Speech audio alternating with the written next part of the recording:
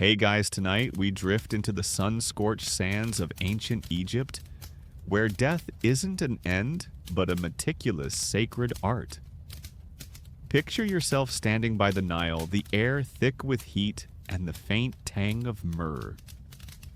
Torches flicker against mud brick walls as embalmers, their hands steady, prepare a body for eternity.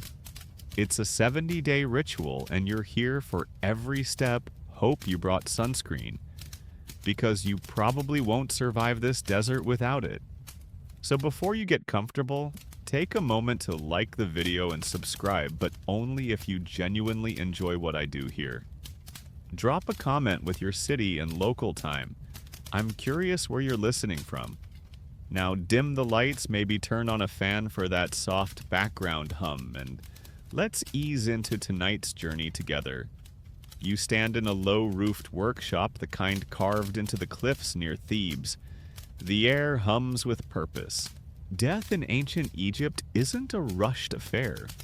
It's a 70-day marathon of drying, wrapping, and blessing a body to ensure its soul thrives in the afterlife. This is mummification, a craft so revered it's practically a science blending faith skill and a touch of magic. You're not just watching a funeral, you're stepping into a process that defines Egypt's obsession with eternity. The body before you, draped in a simple linen sheet, is royalty, maybe a noble or a high priest. It doesn't matter who they were in life. Now they're a canvas for immortality. The embalmers, clad in white kilts, move with the precision of surgeons. Their faces are masked not for hygiene, but to embody gods. Anubis, the jackal-headed deity of death, guides their hands. You notice the tools glinting on a reed mat, bronze knives, obsidian hooks, and palm-sized jars of resin. The smell of natron, a salty mineral, stings your nose. It's day one and the clock is ticking. The Egyptians believe the soul or kai needs its body intact to navigate the Duat, the underworld.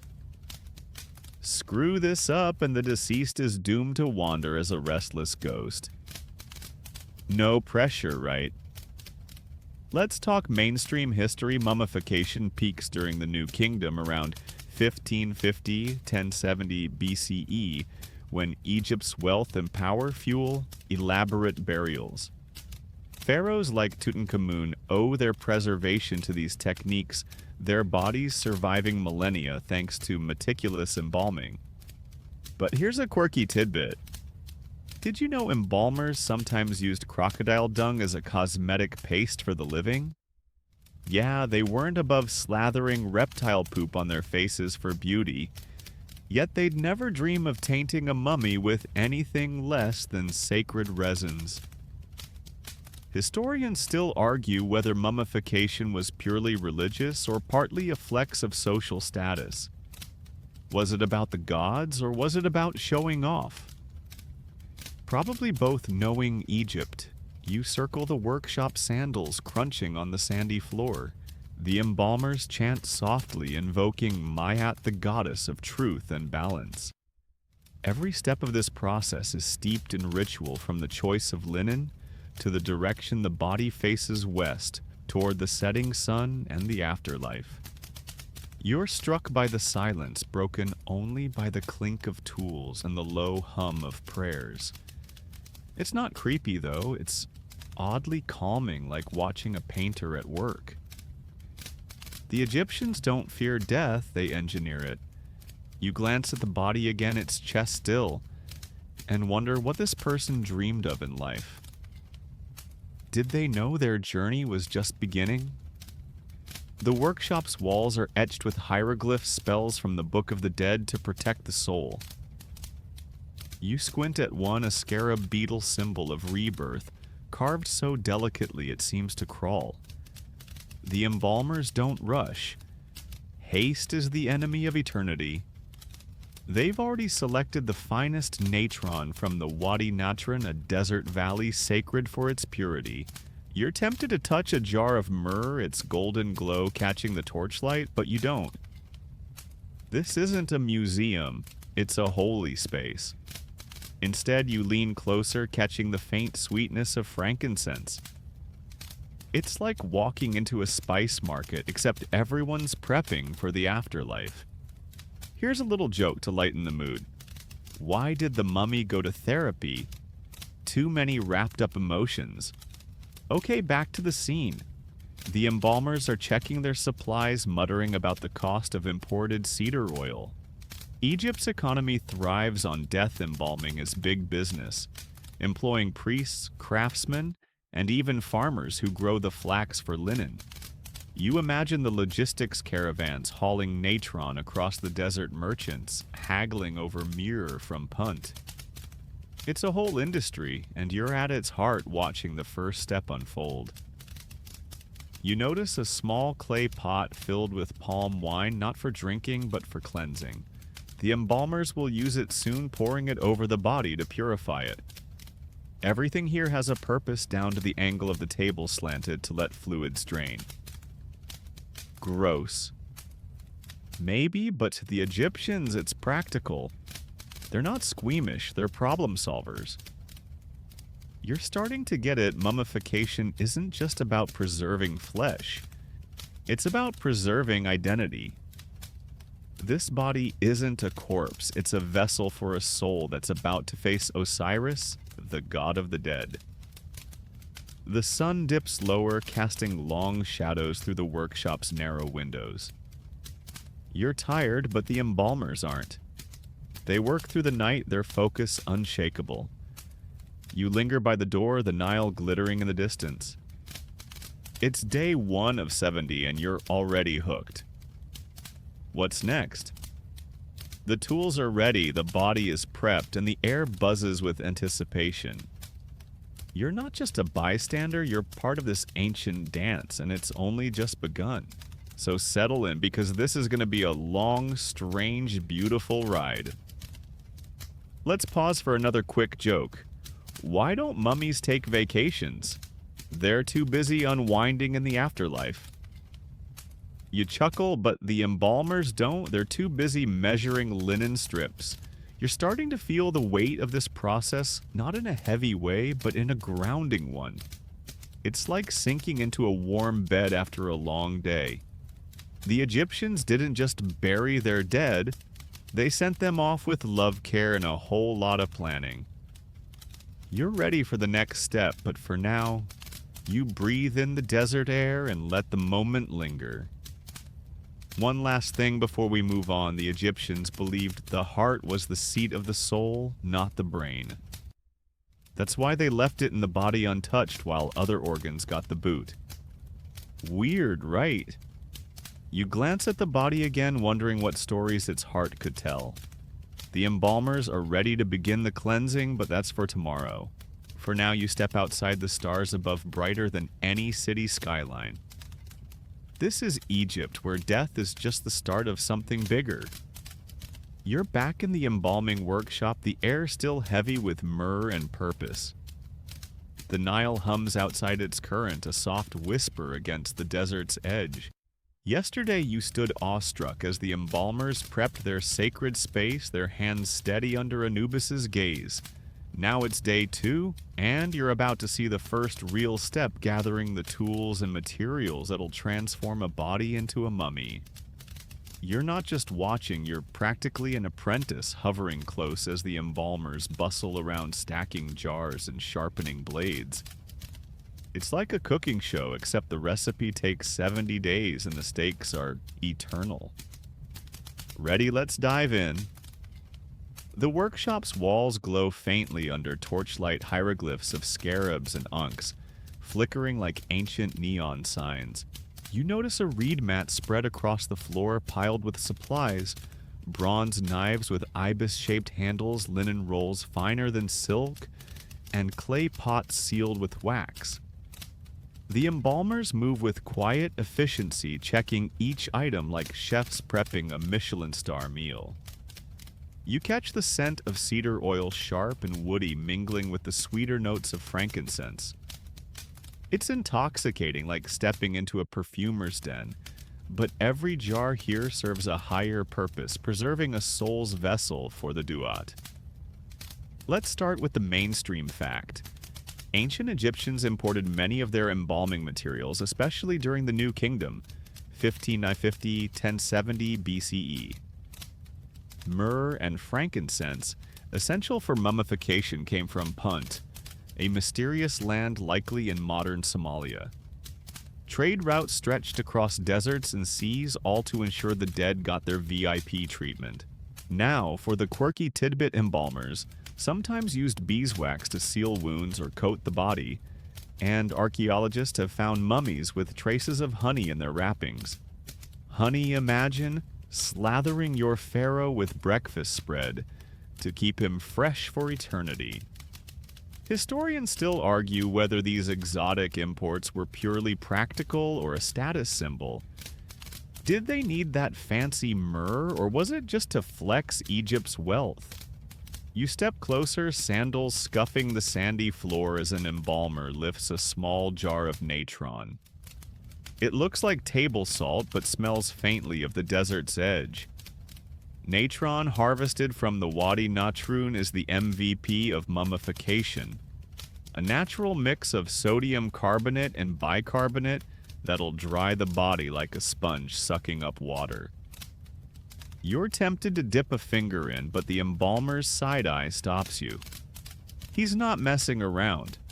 Instead, you watch him stack bags of it, hundreds of pounds, enough to bury the body in a salty cocoon later. It's not glamorous, but it's sacred, and you're starting to respect the grind. The embalmers are chatting now, their voices low, debating the quality of a new batch of cassia, a cinnamon-like spice from the east. You catch a whiff, warm, almost cozy, like a chai latte in a clay pot. They'll mix it with resins to stuff the body, keeping it fragrant and firm. You imagine the supply chain camel caravans trudging through Sinai, sailors dodging storms on the Red Sea. It's a global operation, and you're at the heart of it, watching the pieces come together. Here's a joke to break the tension. Why did the embalmer quit? He couldn't find any body to work with. You smirk, but the embalmers are too focused to care. You notice a pile of linen, its threads so fine they shimmer in the torchlight. These aren't your average bed sheets. Flax farmers spent months growing the plants. Weavers toiled to craft strips that will wrap the body in layers tighter than a burrito. Some strips are dyed red or blue, a nod to the gods, though you wonder if it's also for style. Egyptians loved their flair even in death. You run a finger along the edge of one roll, soft as a whisper, and imagine the hours poured into it. Death is labor-intensive here, and you're starting to feel the weight of every choice. The embalmers are now sorting amulets, tiny carvings of scarabs, eyes of Horus, and Djed pillars, each meant to protect the soul.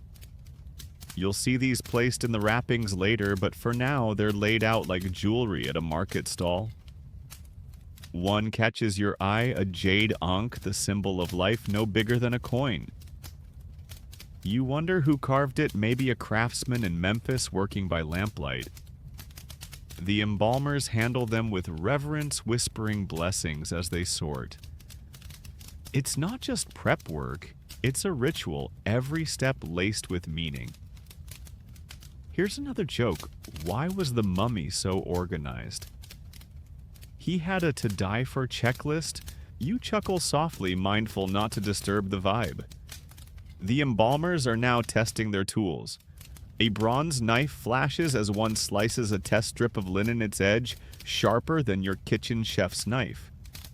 Another embalmer inspects an obsidian hook, its curve perfect for a task you're not quite ready to think about. Brain removal comes soon, and it's as delicate as it sounds. You're impressed by the craftsmanship, each tool a work of art in itself. Egypt doesn't skimp on quality, not when eternity's on the line. You wander to a corner where jars of resin sit, their contents glowing amber and crimson. Some are solid, others syrupy, all sourced from distant lands. You catch a faint whiff of pine from one terebinth resin, maybe used to glue the wrappings tight. The embalmers are picky, sniffing each jar like sommeliers at a wine tasting. You're tempted to ask if they ever mix up the myrrh and cassia, but their focus is intimidating. Instead, you watch them label the jars with hieratic script, quick strokes of ink on clay. It's like a pharmacy for the dead, and you're soaking it all in. The sun's climbing higher, its heat seeping through the workshop's narrow windows. You're sweating, but the embalmers don't flinch. They're used to this, their lives dedicated to death's craft. You think back to that crocodile dung sunscreen from yesterday, bet they could use some now. The thought makes you grin, but you're pulled back by the clink of a jar being sealed. The embalmers are almost done gathering their supplies, a treasure trove of Egypt's wealth and devotion. You're starting to get why this matters. Every resin, every blade is a step toward immortality. One last detail: the embalmers work in teams, each with a specialty. Some handle tools, others mix resins, and a few, the elite, oversee the rituals. It's like a film crew, everyone knowing their role to make the magic happen. You're just a guest here, but you feel the rhythm, the quiet intensity of their mission. The body lies still waiting, and you're ready for what's next. Cleansing it with Nile water, a step that'll purify it for the gods. For now, you step back, the scent of myrrh lingering in your nose, and let the embalmers finish their prep. You're back in the Thebes workshop, the Nile's gentle ripple, a distant hum beyond the mud brick walls. The embalmers have their tools and resins ready, stacked neatly like props for a sacred play. Now it's time for the first hands-on step, cleansing the body with Nile water to purify it for its eternal journey. You're standing close, the air thick with frankincense and anticipation, your sandals gritty with desert dust. The body lies on a slanted stone table draped in a linen sheet, and you're about to see it transformed from mortal remains to a vessel for the gods. It's day 3, and the vibe is solemn but focused, like a chef about to carve a masterpiece. Let's ease into this. The embalmers, their white kilts stained with sweat, circle the table. One holds a clay jug, its surface etched with lotus flowers. Inside is Nile water drawn at dawn when the river is purest, or so they believe. You catch a whiff of it, clean, earthy, with a hint of silt. The Egyptians see the Nile as life itself, a gift from Hapi, the river god, and its water is the first step in sanctifying the body. You watch as the embalmer tilts the jug, letting a slow stream splash over the body's chest. It's mesmerizing the way the water beads on the skin, catching torchlight like tiny stars. You're tempted to dip your fingers in, but the embalmer's stern glance keeps you in check. Here's the mainstream fact: ritual purification was central to Egyptian funerary practices, especially during the New Kingdom 1550-1070 BCE, when mummification became a high art. Nile water, often mixed with palm wine, was used to cleanse the body of impurities before embalming began. Now, the quirky tidbit: some embalmers added natron to the wash water, believing its salty bite doubled the purification power. Imagine scrubbing a pharaoh with what's basically fancy bath salts. Historians still argue whether this cleansing was purely symbolic or had practical benefits like reducing bacteria. Was it about the gods, or did they know more about decay than we think? You step closer, the stone floor cool under your feet. The embalmers work in silence, their movements almost hypnotic. One dips a linen cloth into the jug, wringing it out with a soft drip-drip that echoes in the quiet. He wipes the body's arms, then legs, methodical as a nurse. You notice the table's slight tilt, designed to let the water drain into a clay basin below. Practical, sure, but it's also ritual. Every drop that falls carries away the chaos of life, leaving only order for Ma'at, the goddess of balance. You're starting to get it. This isn't just cleaning, it's a rebirth. The air feels heavier now, the scent of Nile water mingling with cedar oil from the stacked jars you saw yesterday. You glance at those jars, their amber glow a reminder of the exotic trade routes that fuel this process. Here's a joke to lighten the mood. Why did the Nile water blush? It overheard the embalmers talking about deep cleansing. You smirk, but the embalmers are too focused, their hands steady as they pour another jug. The body glistens under the torchlight, its skin taking on a faint sheen, almost lifelike. It's eerie but not creepy, just deeply intentional. You notice a small reed basket nearby filled with dried lotus petals. An embalmer scatters a few over the body, their faint sweetness cutting through the silt-heavy air. Lotuses symbolize rebirth rising pure from muddy waters, and you can't help but admire the poetry of it. The Egyptians don't miss a beat. Every detail from the water's source to the petals' placement is a nod to the afterlife. You wonder if the deceased may be a noble or priestess, loved lotuses in life. Did they stroll by the Nile plucking petals? The thought lingers as you watch the embalmers work.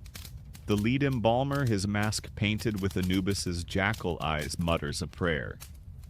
You catch fragments, invocations to Osiris, Lord of the Dead, and Sekhmet, goddess of healing. It's not loud, just a low hum that vibrates in your chest like a lullaby for the soul. You're struck by the care here, the way every step feels like a conversation with the divine.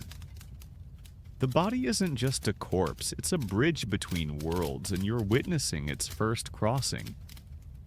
You lean in, catching the glint of water pooling in the basin below. It's murky now, carrying away the last traces of mortality. Here's another joke. Why don't embalmers use soap? They prefer their cleansings Nile and simple. You stifle a chuckle, mindful of the sacred vibe.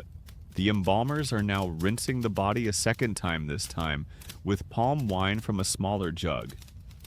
Its sharp fermented tang stings your nose like cheap wine at a party.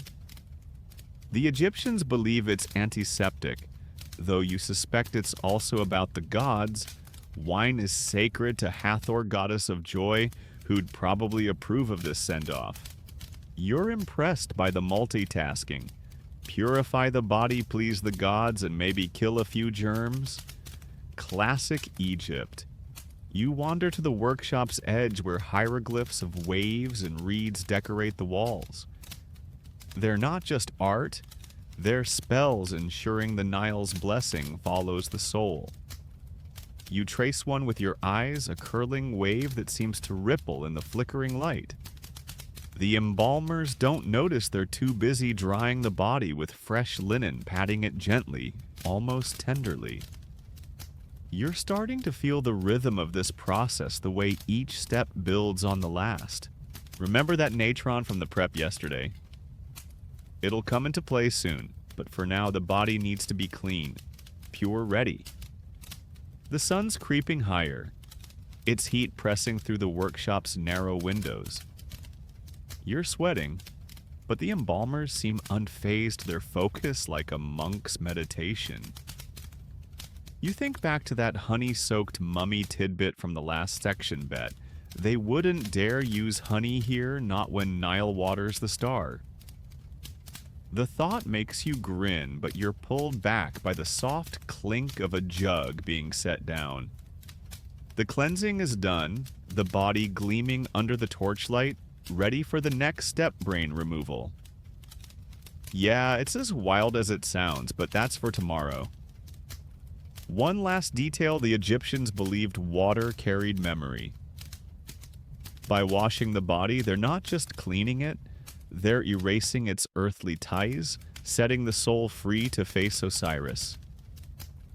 You glance at the body again, its contours softened by the linen's touch. What memories did this person carry love loss? A favorite Nile sunset. You'll never know, but you feel closer to them somehow.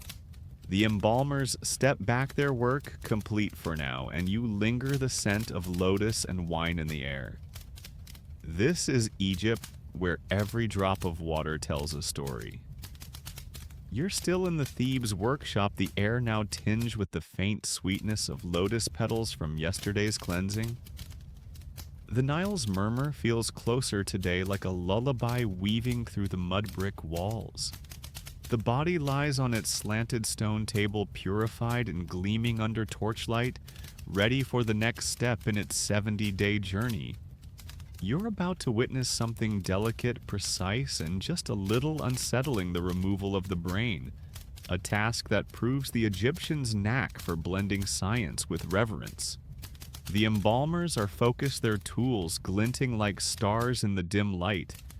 And you're right there with them, Sandal's dusty heart curious.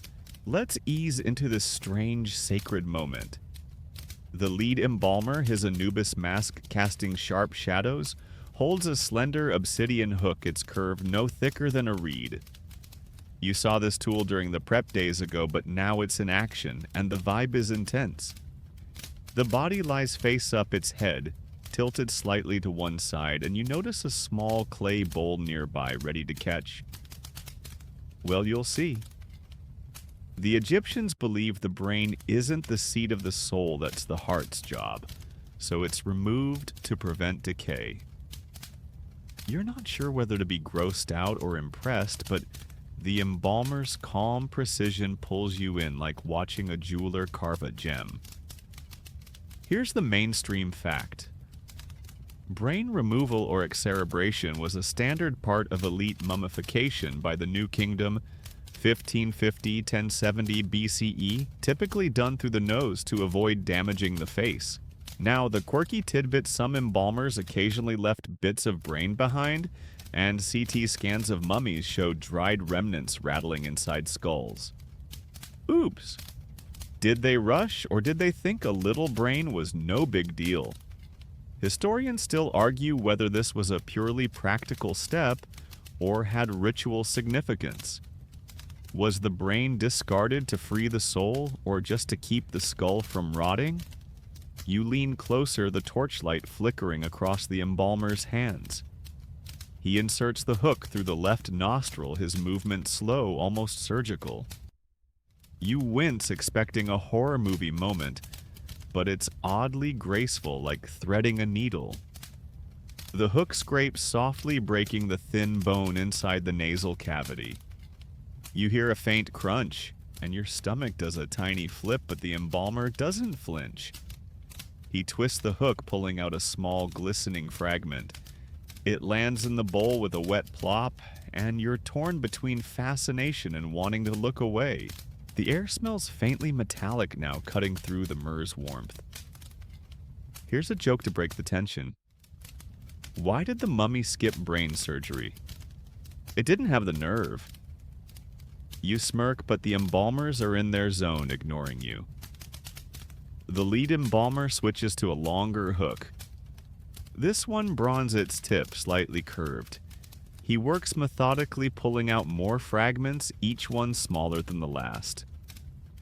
You're surprised by how little there is. The brain, softened by death, comes apart easily. The Egyptians don't preserve it. The bowl's contents will be discarded later, maybe buried in a ritual pit. You wonder what this person thought in life, their memories now reduced to this. The other embalmers assist one, holding a reed syringe filled with cedar oil.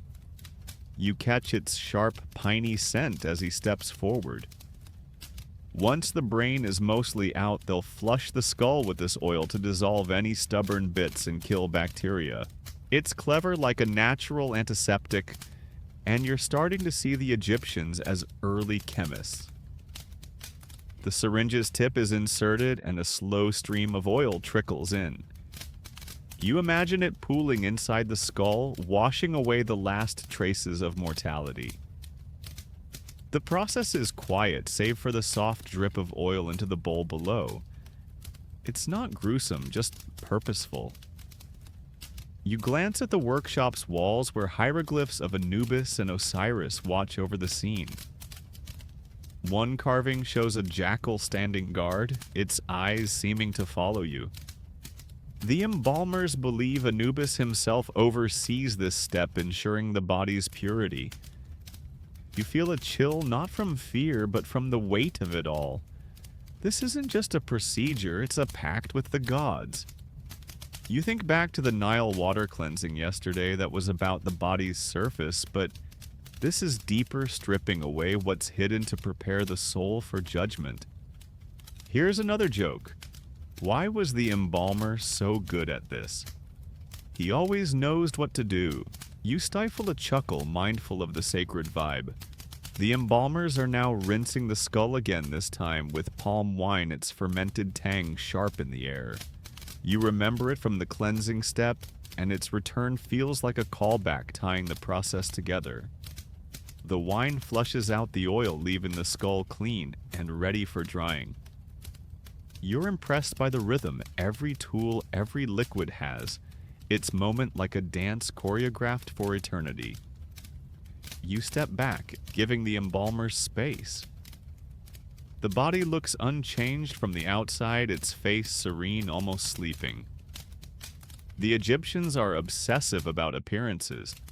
The face must remain intact for the soul to recognize its body in the Duat.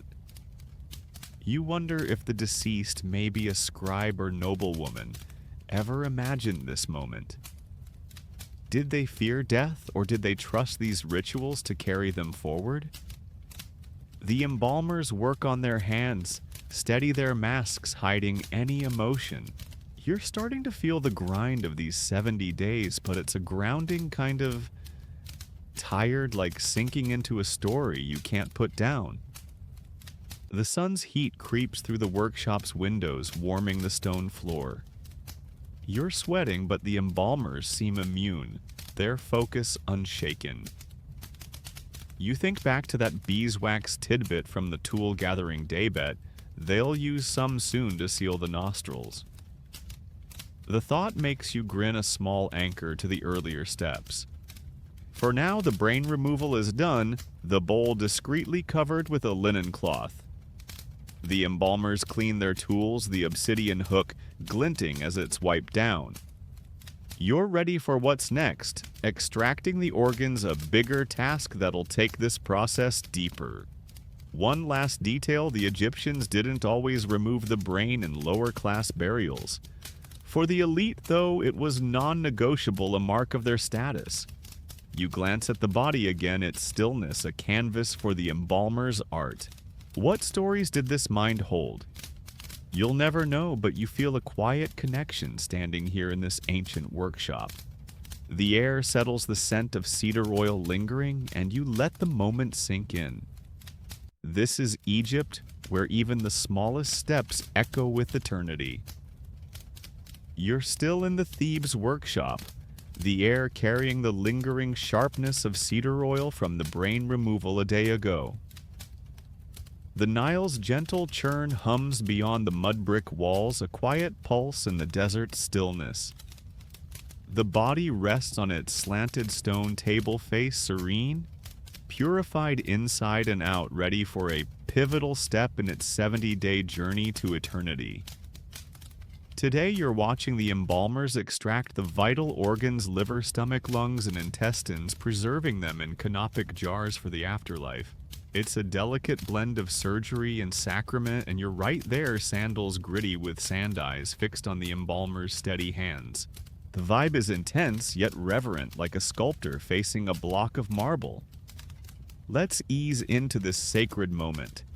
The lead embalmer, his Anubis mask casting jagged shadows under torchlight, grips a bronze knife, its handle carved like a falcon's head. The blade flashes sharp enough to slice through papyrus without a whisper. On a nearby reed mat, 4 alabaster canopic jars gleam, each lid sculpted with a distinct face: human baboon, jackal falcon. These are the guardians of the organs, ready to play their eternal role. The Egyptians believe these organs are crucial for the afterlife, but leaving them in the body invites decay, a big no-no when you're aiming for immortality. You brace yourself for something raw, but the embalmer's calm pulls you in like watching a chef carve a roast with surgical precision. Here's the mainstream fact. By the New Kingdom 1550-1070 BCE, canopic jars were standard in elite burials, each dedicated to one of the four sons of Horus deities, tasked with protecting the organs. The liver belongs to Imseti, human-headed the stomach, to Happy Baboon, headed the lungs to Duamutef, jackal-headed, and the intestines to Kebus Nuef, falcon-headed. Now, the quirky tidbit archaeologists have found some mummies with dummy canopic jars, either empty or stuffed with random debris like cloth or sand. Seems like budget burials got the short end of the stick, with embalmers faking it for cheaper clients. Historians still argue whether organ removal was purely about preventing rot or held deeper spiritual meaning. Was it to free the soul's essence, or just practical housekeeping for eternity? You step closer, the stone floor cool against your soles. The lead embalmer traces a line on the body's left side, then makes a precise incision, his knife gliding like a brush on canvas. You flinch, expecting a mess, but it's clean, almost elegant, the cut just wide enough for access. A faint, earthy scent rises, not foul, just primal, like wet soil after rain. Another embalmer, his hands wrapped in linen, steps in and gently extracts the liver. It's dark, slick, and surprisingly heavy, like a waterlogged sponge. He cradles it like a relic, placing it in a clay bowl with a soft thud. You're struck by the reverence, as if this organ holds the deceased's very essence. Here's a joke to lighten the mood. Why did the liver get VIP treatment? It was the life of the party. You smirk, but the embalmers are locked in their focus, unshakable. They're now tackling the stomach, a coiled, slippery mass that takes careful tugging to free. It's messier than the liver, its surface glistening under torchlight, and you marvel at their patience as they ease it into another bowl. You glance at the canopic jars, their lids seeming to watch the scene. The baboon-headed Happy will guard the stomach, its carved eyes glinting like they know something you don't. You wonder who crafted these jars, maybe an artisan in Memphis, chiseling by lamplight, pouring their skill into art for the dead. The embalmers rinse each organ with palm wine, its sharp, fermented tang slicing through the workshop's myrrh-heavy air. You recognize that wine from the cleansing and brain steps. It's like the multitasking hero of mummification, purifying and pleasing the gods in one go. The wine's a nod to Hathor, goddess of joy, who'd probably raise a glass to this meticulous work. They then pack the organs in natron, that salty wonder you saw stacked in bags days ago. The natron will suck them dry, turning them into leathery relics that'll outlast empires. You're impressed by the system. Every jar, every grain, is part of a machine built for eternity, honed over centuries of trial and error. You wander closer to the jars, their alabaster surfaces smooth as moonlight. The human-headed Imseti jar meant for the liver has a faint crack near its base, a reminder that even sacred objects bear the marks of human hands. You imagine the logistics behind these jars, quarried in the eastern desert, carved in workshops, then hauled to Thebes on donkey carts. It's a whole economy, and you're standing at its heart. The embalmers' low murmurs pull you back, their voices blending with the clink of tools. They're working on the lungs, now lighter and spongier than the liver, almost floating in their hands. They place them in a third bowl, their movements as gentle as a mother's touch. Here's another joke. Why did the canopic jars throw a party? They wanted to gut loose. You stifle a chuckle, keeping the vibe serene. The intestines are next, and they're a challenge, a tangled, ropey mess that takes two embalmers to unravel.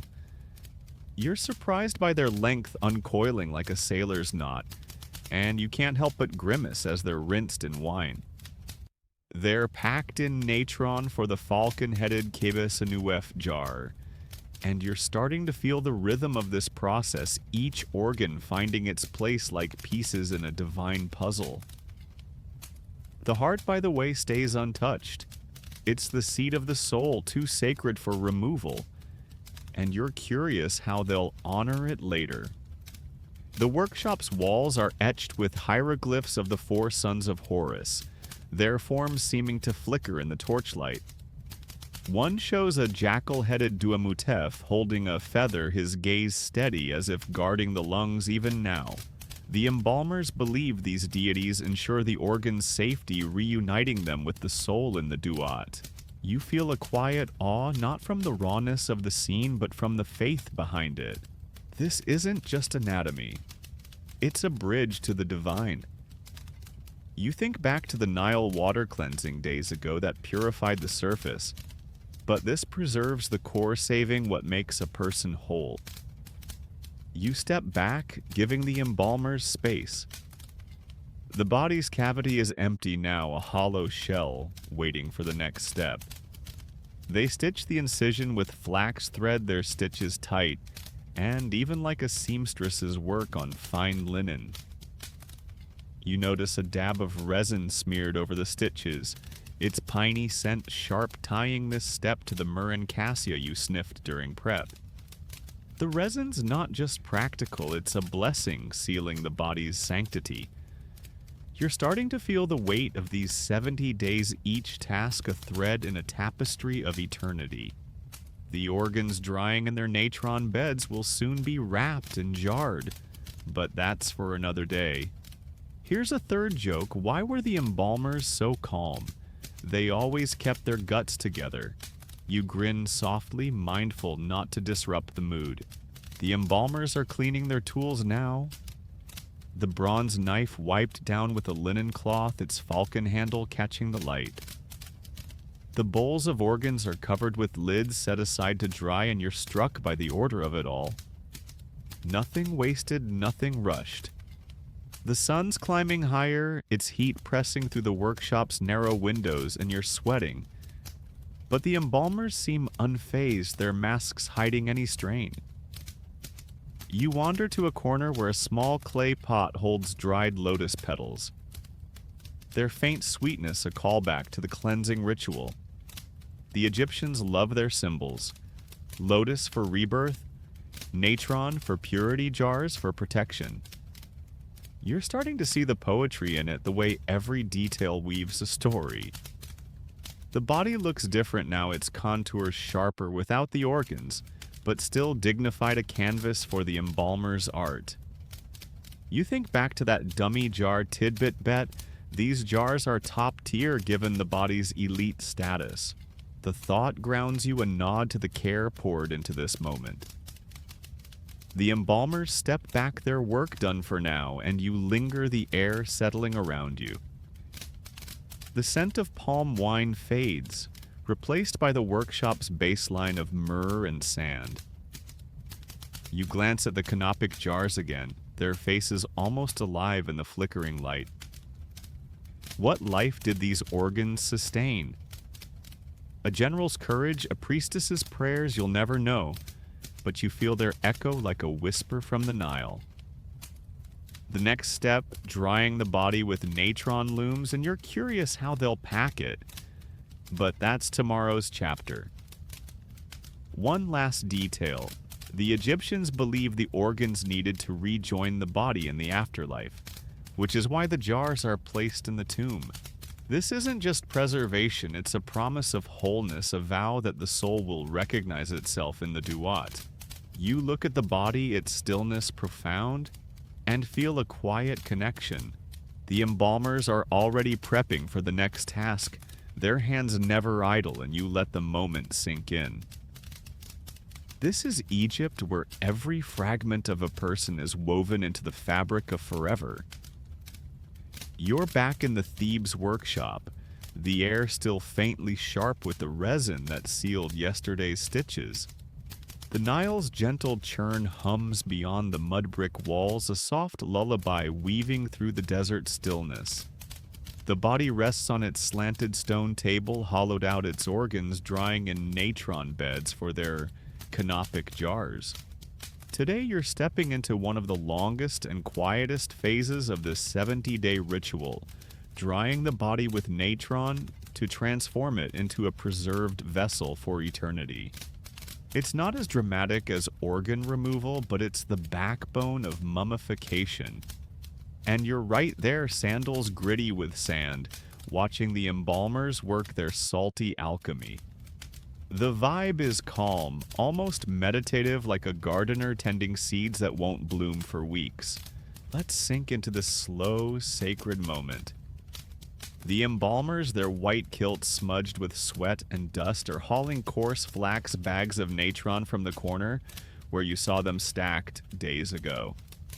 Each bag lands with a soft thud, kicking up tiny clouds of grit that shimmer in the torchlight. Natron, that crumbly mix of sodium carbonate and bicarbonate from the Wadi Natron, is the hero today. It's unassuming grayish-white like sea salt left in the sun, but it's a dehydration wizard pulling moisture from flesh like a desert soaking up rain. You catch its sharp mineral tang as an embalmer slices a bag, open spilling crystals onto a reed mat. You're tempted to scoop a handful curious about its texture, but the embalmer's focused glances keep you at bay, a silent reminder of the sanctity here. Here's the mainstream fact. Natron drying was a cornerstone of mummification in the New Kingdom. 1550-1070 BCE, often taking 35-40 days to fully desiccate the body, as seen in well-preserved mummies like Tutankhamun. This step ensured the flesh wouldn't decay, locking it in time for millennia. Now the quirky tidbit: while most embalmers used loose natron, some packed it into linen pouches for easier handling, like ancient Ziploc bags for mummies. Picture them stuffing these salty sachets like they're prepping a gourmet roast. Historians still argue whether drying times varied by social rank or environmental factors. Did pharaohs get extra days for flawless preservation? Or was the process standardized across the board? You step closer, the stone floor cool and gritty under your soles. The lead embalmer, his Anubis mask casting sharp shadows, scoops natron with a wooden ladle, its handle worn smooth from years of use. He pours it into the body's empty cavity, the crystals rasping like dry leaves in a gust.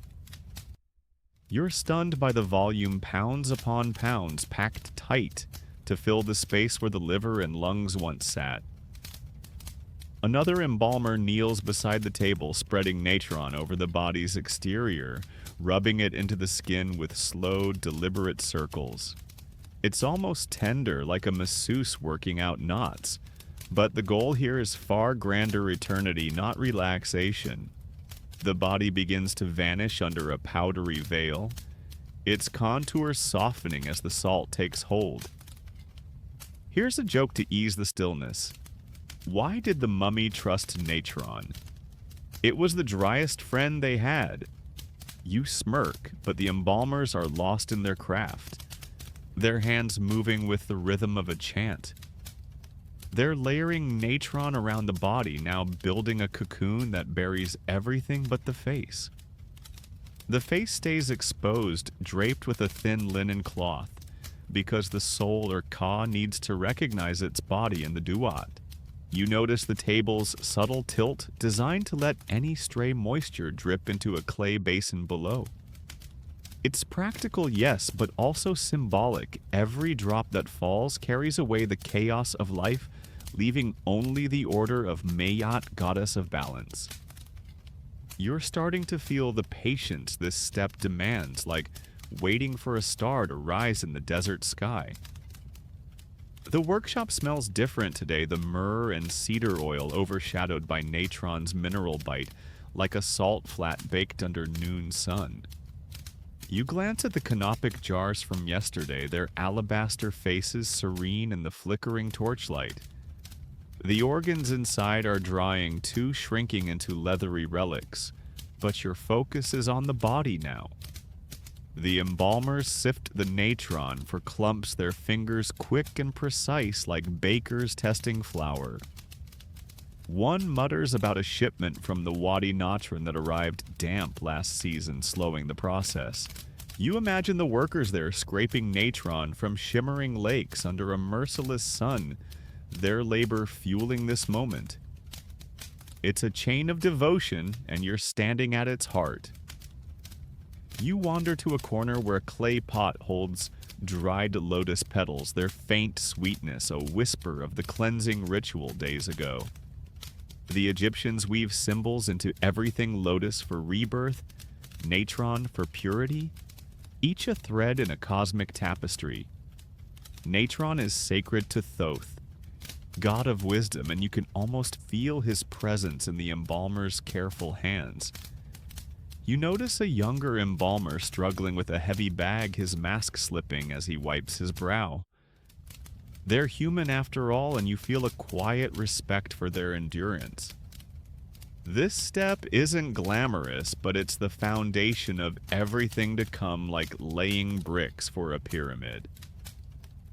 Here's another joke. Why was natron the mummy's MVP? It kept things churned and dry. You stifle a chuckle, mindful of the sacred hush. The embalmers are now packing natron beneath the body, lifting it gently to slide crystals under its back and limbs. It's laborious, their muscles straining under the weight, but they don't rush. They'll leave the body like this for weeks, checking every few days to replace damp natron with fresh. You're struck by the time this takes 40 days of waiting while the soul hovers, preparing to face Osiris in the underworld. You think back to the palm wine from the organ removal, its sharp tang, a memory that ties these steps together like a refrain in a song. The workshop's walls are etched with hieroglyphs of Thoth and Anubis, their forms seeming to pulse in the torchlight. One carving shows a baboon Thoth's sacred animal holding a stylus as if tallying the natron's work. The embalmers believe Thoth oversees this step, ensuring the body's transformation aligns with cosmic harmony. You feel a chill, not from fear, but from the depth of belief. This isn't just drying. It's a rebirth, turning mortal flesh into something timeless. You glance at the body now half buried in natron, and wonder who this person was. A merchant, a priestess, a lover of Nile sunrises. Their life is a shadow, but their body will outlast empires. You step back, giving the embalmers room to work. The natron cocoon is nearly complete, the body hidden beneath a shimmering mound. They smooth the surface with their hands, ensuring every inch is covered. You notice a small jar of myrrh nearby, its golden glow. A hint of future steps, stuffing and wrapping are coming, but not yet. The embalmers rinse their hands with Nile water, a callback to the purification you saw early on. The sun's climbing higher, its heat pressing through the workshop's narrow windows, and you're sweating your tunic, clinging to your skin. The embalmers, though, seem immune, their masks hiding any discomfort. Here's a third joke. Why did natron make the best preservative? It had a salty edge over the rest. You grin softly, keeping the mood gentle. The embalmers are finishing up their tools, set aside the workshop, falling into a rare stillness. The body will rest here, drying slowly while the embalmers shift to other tasks, maybe prepping linen or offering prayers. You're starting to feel the rhythm of these 70 days, each step a slow burn toward immortality. You think back to that beeswax tidbit from the tool prep bet. They'll use it soon to seal the dried skin, another layer of care in this intricate process. You linger by the workshop's edge where a narrow window frames the Nile's silver ribbon. The water glitters under the midday sun, a reminder of the cleansing that started this journey. You're struck by the contrast, the Nile's life-giving flow versus natron's arid pull, both essential to this ritual. The embalmers are checking the natron one last time, their voices low, debating whether to add another layer. One gestures to a hieroglyph of Ma'at, her feather of truth carved above the door. This step, they believe, aligns the body with her balance, stripping away life's chaos to prepare it for the Duat. You feel the weight of that idea like a stone settling in your chest. The body, now fully encased, looks like a sculpture, its natron shroud glinting like frost. You're curious about the next step, stuffing the body with fragrant resins, but that's weeks away. For now, you're content to soak in this pause, the workshop's quiet, wrapping around you like a blanket. You think of the heart still untouched inside the body, the seat of the soul. What did it love? What did it fear? You'll never know, but standing here you feel a quiet connection, as if you're part of its story. The air settles, natron's tang softening, and you let the moment linger. One last detail: the Egyptians saw natron as more than a tool. It was a gift from the gods, purifying the body for judgment. This step isn't just about preservation. It's about sanctity, ensuring the soul can stand before Osiris unblemished. You look at the natron mound, its surface smooth as a dune, and feel a spark of awe. This is Egypt, where even the slowest, quietest moments pulse with eternity. Each grain of salt a step toward forever. You're back in the Thebes workshop, the air now softened by the faint tang of natron that's been working its magic for weeks. The Nile's gentle ripple hums beyond the mud brick walls, a quiet companion to the desert's heat. The body, buried in its salty cocoon since you last stood here, has been uncovered, its flesh now dry and leathery, ready for the next step in its 70-day transformation. Today, you're watching the embalmers stuff the body with fragrant materials to restore its shape and sanctity. It's a tactile, aromatic process, and you're right there, sandals gritty with sand, inhaling the heady mix of resins and spices.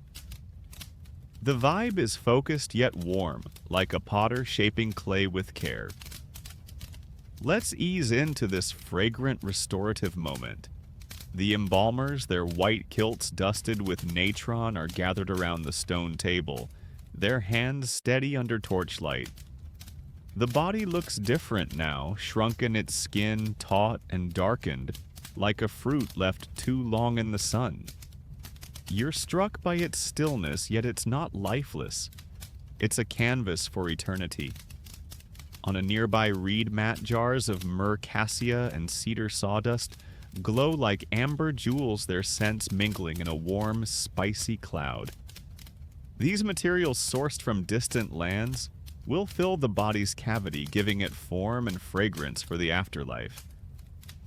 You catch a whiff of cassia, cinnamon-like and cozy, and it's like stepping into a bazaar, except the stakes here are divine. Here's the mainstream fact: during the New Kingdom, 1550-1070 BCE, embalmers stuffed the body with resins, sawdust, and linen, after natron drying to restore its lifelike shape, a practice evident in mummies like Seti II. This step was crucial for the soul to recognize its body in the Duat. Now, the quirky tidbit: some mummies have been found stuffed with oddities like mud or straw, likely in cheaper burials where embalmers skimped on fancy resins. Talk about cutting corners on eternity. Historians still argue whether stuffing was purely cosmetic or held spiritual weight. Did it just make the mummy look good? Or was it a sacred act to revive the body for the gods? You step closer, the stone floor cool under your feet. The lead embalmer, his Anubis mask glinting, scoops a handful of cedar sawdust from a clay pot, its woody scent sharp and clean. He packs it into the body's cavity, his fingers working with the precision of a sculptor. You're surprised by how much fits pounds of sawdust, layered with linen scraps to add bulk. Another embalmer drizzles myrrh resin, its golden syrup, catching the torchlight as it seeps into the mix. The smell is intoxicating like a forest after rain, and you're tempted to lean in closer, but the embalmer's focus keeps you grounded. This isn't just stuffing, it's rebuilding a person piece by piece. Here's a joke to lighten the mood. Why did the mummy get stuffed? It wanted to fill its afterlife dreams. You smirk, but the embalmers are too absorbed, their hands moving in sync. They're now adding cassia, its warm, spicy kick, cutting through the myrrh's sweetness.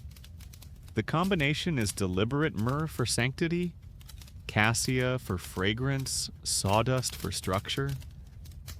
You think back to the trade routes you imagined during the tool prep camel caravans, hauling these spices from punt sailors braving Red Sea storms.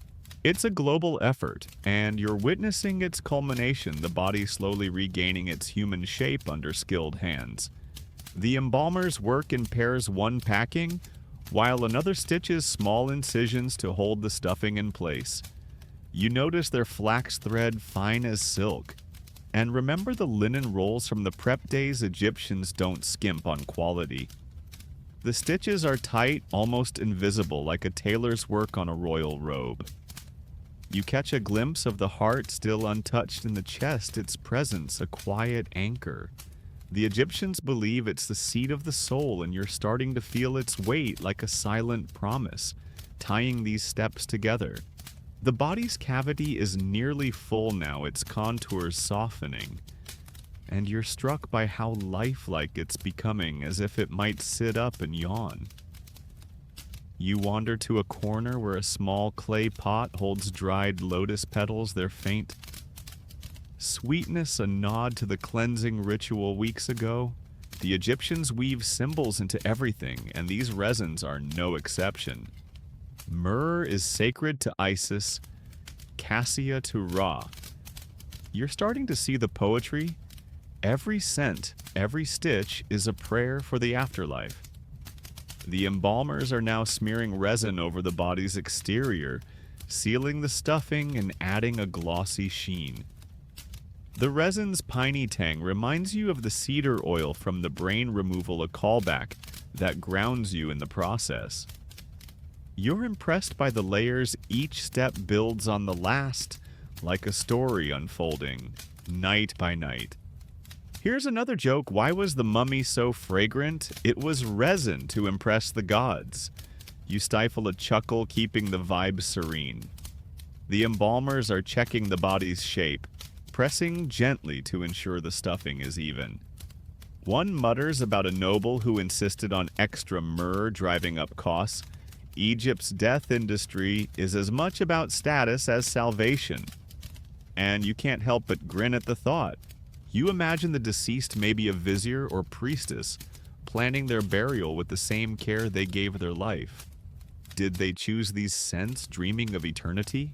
The question lingers as you watch the embalmers work. The workshop's walls are carved with hieroglyphs of Isis and Osiris, their forms seeming to flicker in the torchlight. One shows Isis spreading her wings, protecting the body as it's filled. The embalmers believe she blesses this step, ensuring the body's wholeness for the Duat. You feel a quiet awe, not from the act itself, but from the faith behind it. This isn't just cosmetics. It's a resurrection of sorts, preparing the body to stand before Osiris. You think back to the natron drying, that long, patient wait. This step feels like its reward, bringing warmth and life to what was cold and dry. You step back, giving the embalmers space. The body's cavity is fully stuffed, its exterior coated in resin that gleams like amber. They're now wrapping the torso in a thin layer of linen, a preview of the full wrapping to come. You notice a small jar of beeswax nearby, its golden glow, a hint of future sealing. Remember that beeswax tidbit from the tool prep? It's coming soon. The sun's climbing, its heat seeping through the workshop's narrow windows, and you're sweating your tunic damp. The embalmers, though, are unfazed, their masks hiding any strain, their hands never pausing. Here's a third joke. Why did the mummy smell so good? It was stuffed with star power. You grin softly, mindful of the sacred hush. The embalmers are cleaning their tools, wiping resin from their fingers with Nile water. A nod to the purification you saw early on. The body looks almost human now, its shape restored, its surface glowing under torchlight. You're starting to feel the rhythm of these 70 days, each step a slow dance toward eternity. The next task, wrapping the body in linen, looms, but for now, you're content to linger in this aromatic pause, the workshop alive with the scent of myrrh. You wander to a narrow window, the Nile glittering like a silver thread under the midday sun. The river's flow feels like a heartbeat, tying you to the cleansing days ago when Nile water first purified this body. You're struck by the contrast, the river's life versus the desert's preservation, both shaping this ritual. The embalmers are checking the body one last time, their voices low, debating whether to add more sawdust to the shoulders. One points to a hieroglyph of Ma'at, her feather of truth carved above the door. This step, they believe, aligns the body with her balance, preparing it for judgment. You feel the weight of that idea like a stone settling in your heart. The body, now stuffed and sealed, looks dignified, its contours soft and human. You're curious about the wrapping to come, the intricate layers that'll make it a true mummy, but that's for another day. For now, you soak in the workshop's warmth, the air thick with resin and purpose. You think of the heart still untouched, its silent presence, a reminder of the soul's journey. What did it love? What did it fear? You'll never know, but you feel a quiet connection as if you're part of its story. The air settles, the scent of cassia fading, and you let the moment wrap around you like a shawl. One last detail, the Egyptians saw stuffing as more than restoration. It was a sacred act, filling the body with divine substances to please the gods. Myrrh and cassia weren't just perfumes, they were offerings ensuring the soul's favor in the Duat. You look at the body, its resin-gloss surface, catching the light, and feel a spark of awe. This is Egypt, where every pinch of sawdust, every drop of resin is a step toward forever. A testament to a culture that loved life enough to defy death. You're back in the Thebes workshop, the air now rich with the lingering warmth of myrrh and cassia from yesterday's stuffing. The Nile's soft murmur drifts through the mud brick walls, a gentle pulse beneath the desert's midday heat. The body lies on its stone table, its shape restored with sawdust and resins, glowing faintly under torchlight like a statue half carved. Today, you're stepping into one of the most iconic steps of this 70-day ritual, wrapping the body in linen strips to create the mummy's timeless silhouette. It's a slow, intricate dance, and you're right there, sandals gritty with sand, watching the embalmers weave their craft. The vibe is focused yet soothing, like a weaver threading a loom with care. Let's glide into this delicate, transformative moment. The embalmers, their white kilts flecked with resin, are gathered around a pile of linen strips, each roll finer than the papyrus scrolls you've seen in markets. These strips, some dyed red or blue for the gods, shimmer in the torchlight. Their edges frayed but precise. You remember the flax fields from the tool prep days, farmers toiling under the sun weavers, spinning threads for this very moment. The lead embalmer, his Anubis mask casting sharp shadows, lifts a strip, testing its texture with a quick tug. It's strong yet soft, like a whisper against your skin, and you're struck by the care poured into every inch. The body's ready, its resin-glossed surface waiting to be swaddled for eternity. Here's the mainstream fact. Linen wrapping was a hallmark of New Kingdom mummification, 1550, 1070 BCE, often using hundreds of yards of fabric to encase the body in layers as seen in Tutankhamun's mummy, which had over a dozen linen shrouds. This protected the body and symbolized rebirth. Now, the quirky tidbit, some mummies were wrapped with recycled linen, including old clothes or household sheets, especially in non-royal burials. Imagine your grandma's tablecloth reborn as a mummy's shroud. Historians still argue whether the wrapping's complexity reflected spiritual devotion or social status. Was it about pleasing Osiris or showing off wealth with extra layers? You step closer, the stone floor cool under your soles. The lead embalmer begins draping a long strip over the body's chest, his hands moving with the grace of a dancer. He wraps it snugly, tucking the end under itself, and you're mesmerized by the rhythm, over, under, around like braiding hair. Another embalmer joins, working the legs, their strips overlapping to leave no gap. You catch a faint scent of myrrh as they work, a reminder of the resins beneath. The linen feels alive, hugging the body's contours, and you're tempted to touch it, but the embalmer's focus keeps you still. This isn't just bandaging, it's sculpting a bridge to the afterlife. Here's a joke to lighten the mood. Why was the mummy so well dressed it had layers of style? You smirk, but the embalmers are in their zone, their hands never pausing. They're using narrower strips now, wrapping the fingers and toes with delicate precision. You're amazed by the detail. Each digit gets its own cocoon, ensuring the soul can use its hands in the Duat. The Egyptians believed the body must be whole, every part preserved, and you're starting to feel the weight of that obsession. The linen piles up layer upon layer, and the body begins to take on that classic mummy shape, its human form, both hidden and revealed. The workshop hums with quiet purpose, the only sounds the rustle of linen and the embalmer's low murmurs. They're debating the best way to secure the arms crossed over the chest, a pose reserved for royalty, or straight along the sides. You notice a small jar of resin nearby, its amber glow catching the light. They'll use it to glue the linen in place, a trick you recall from the stuffing step. You think back to the beeswax from the tool prep, bet it's coming soon to seal the outer layers. The air smells of flax and myrrh, a grounding mix that pulls you deeper into the moment, like sinking into a warm bed. You wander to a corner where a clay pot holds dried lotus petals, their faint sweetness tying you to the cleansing ritual weeks ago. The Egyptians love their symbols: linen for purity, lotus for rebirth, and you're starting to see the story they're weaving.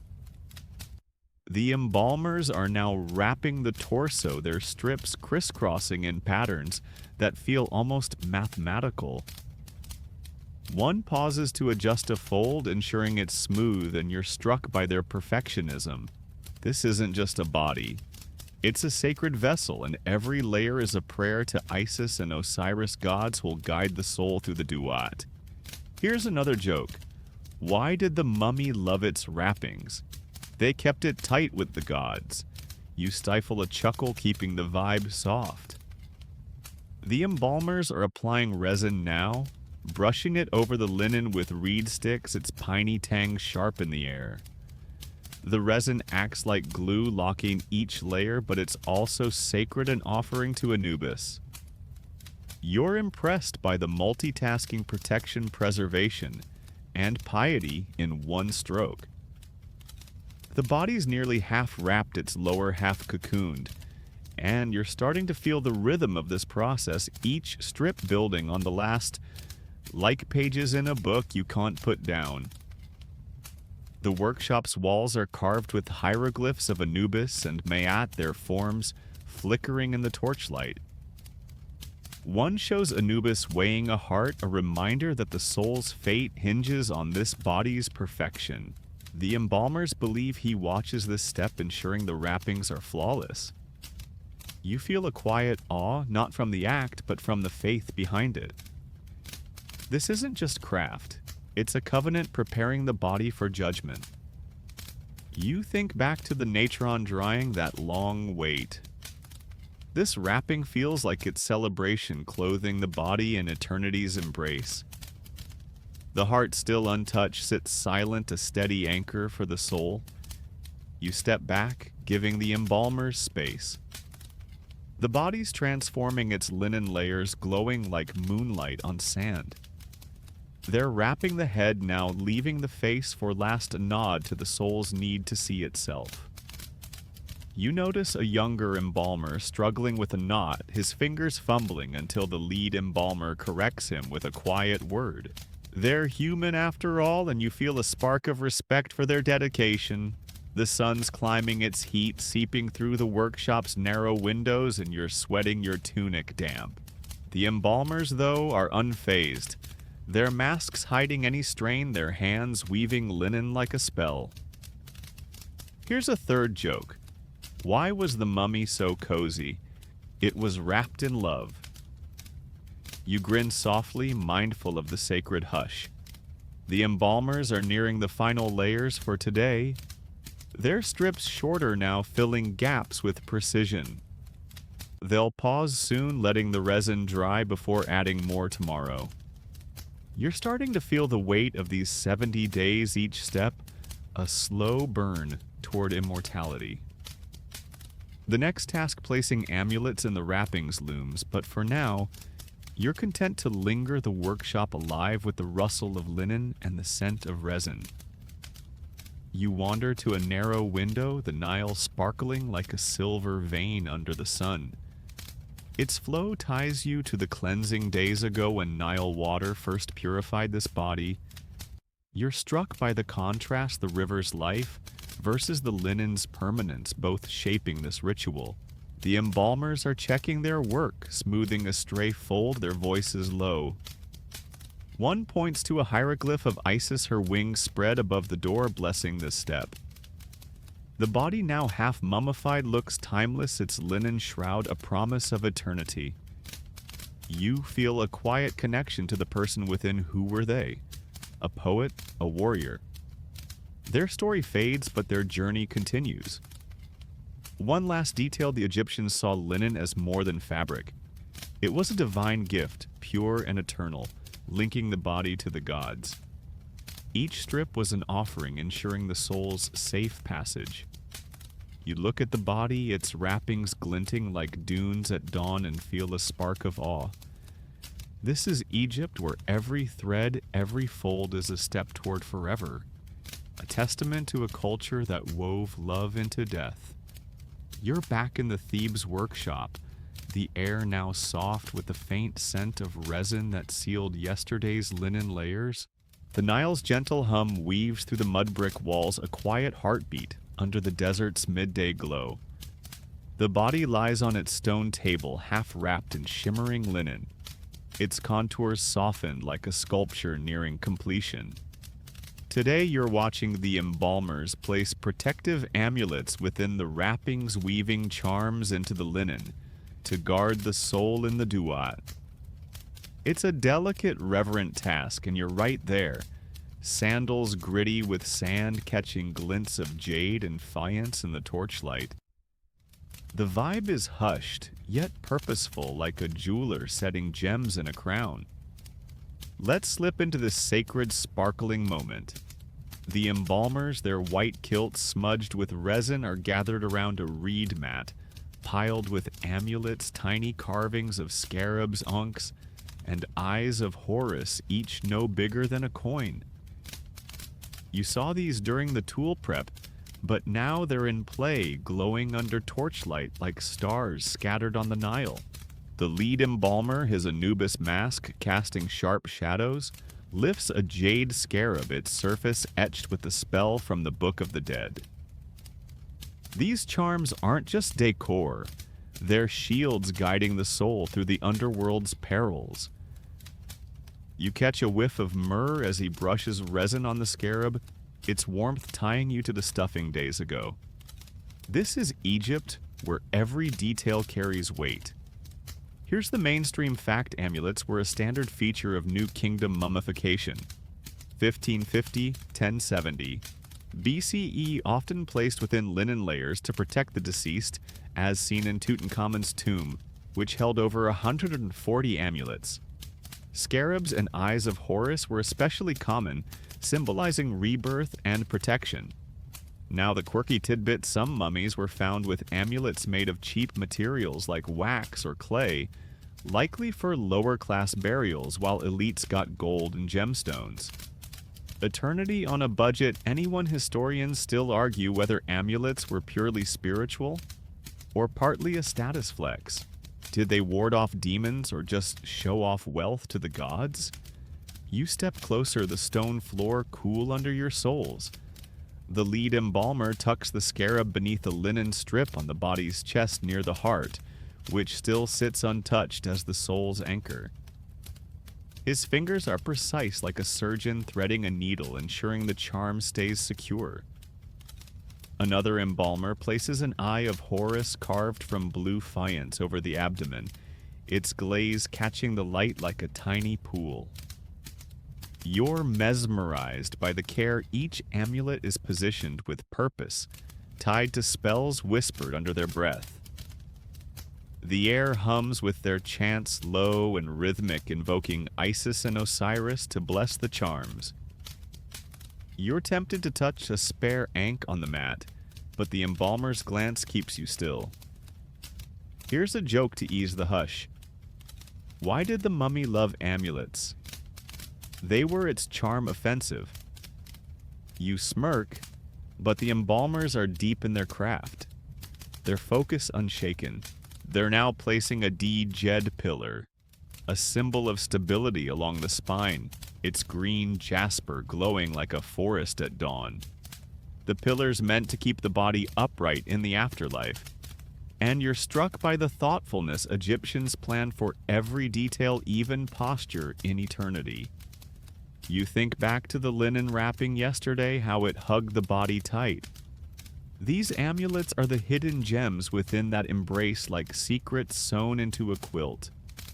The workshop feels warmer today, the torchlight bouncing off the amulet's polished surfaces.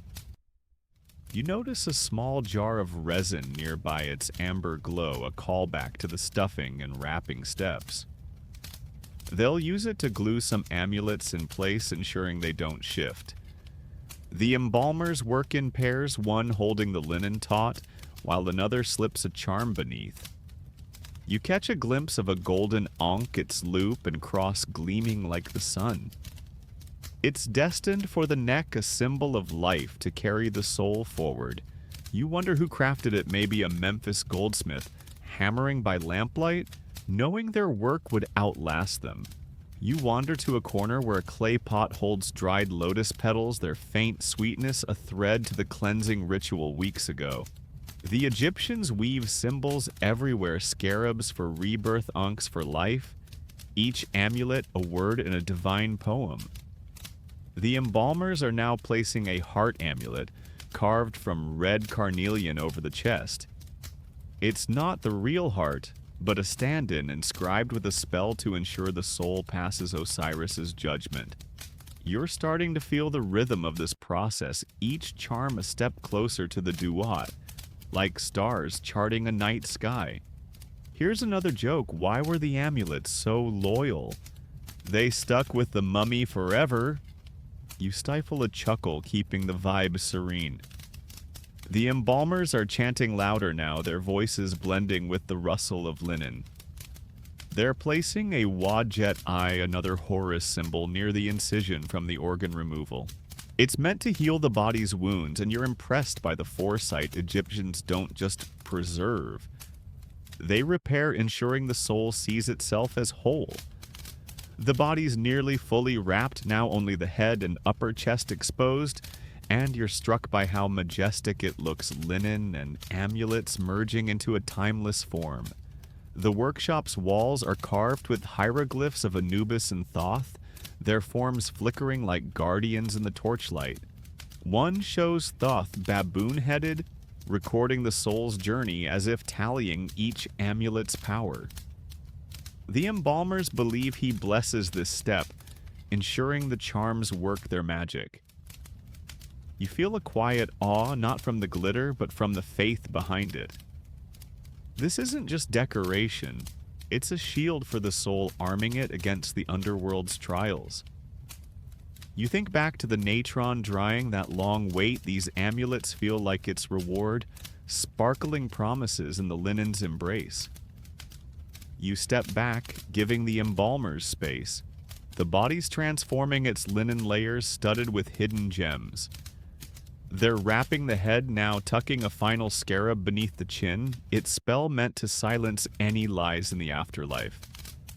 You notice a younger embalmer fumbling with a knot, his fingers nervous until the lead embalmer guides him with a nod. They're human after all, and you feel a spark of respect for their care.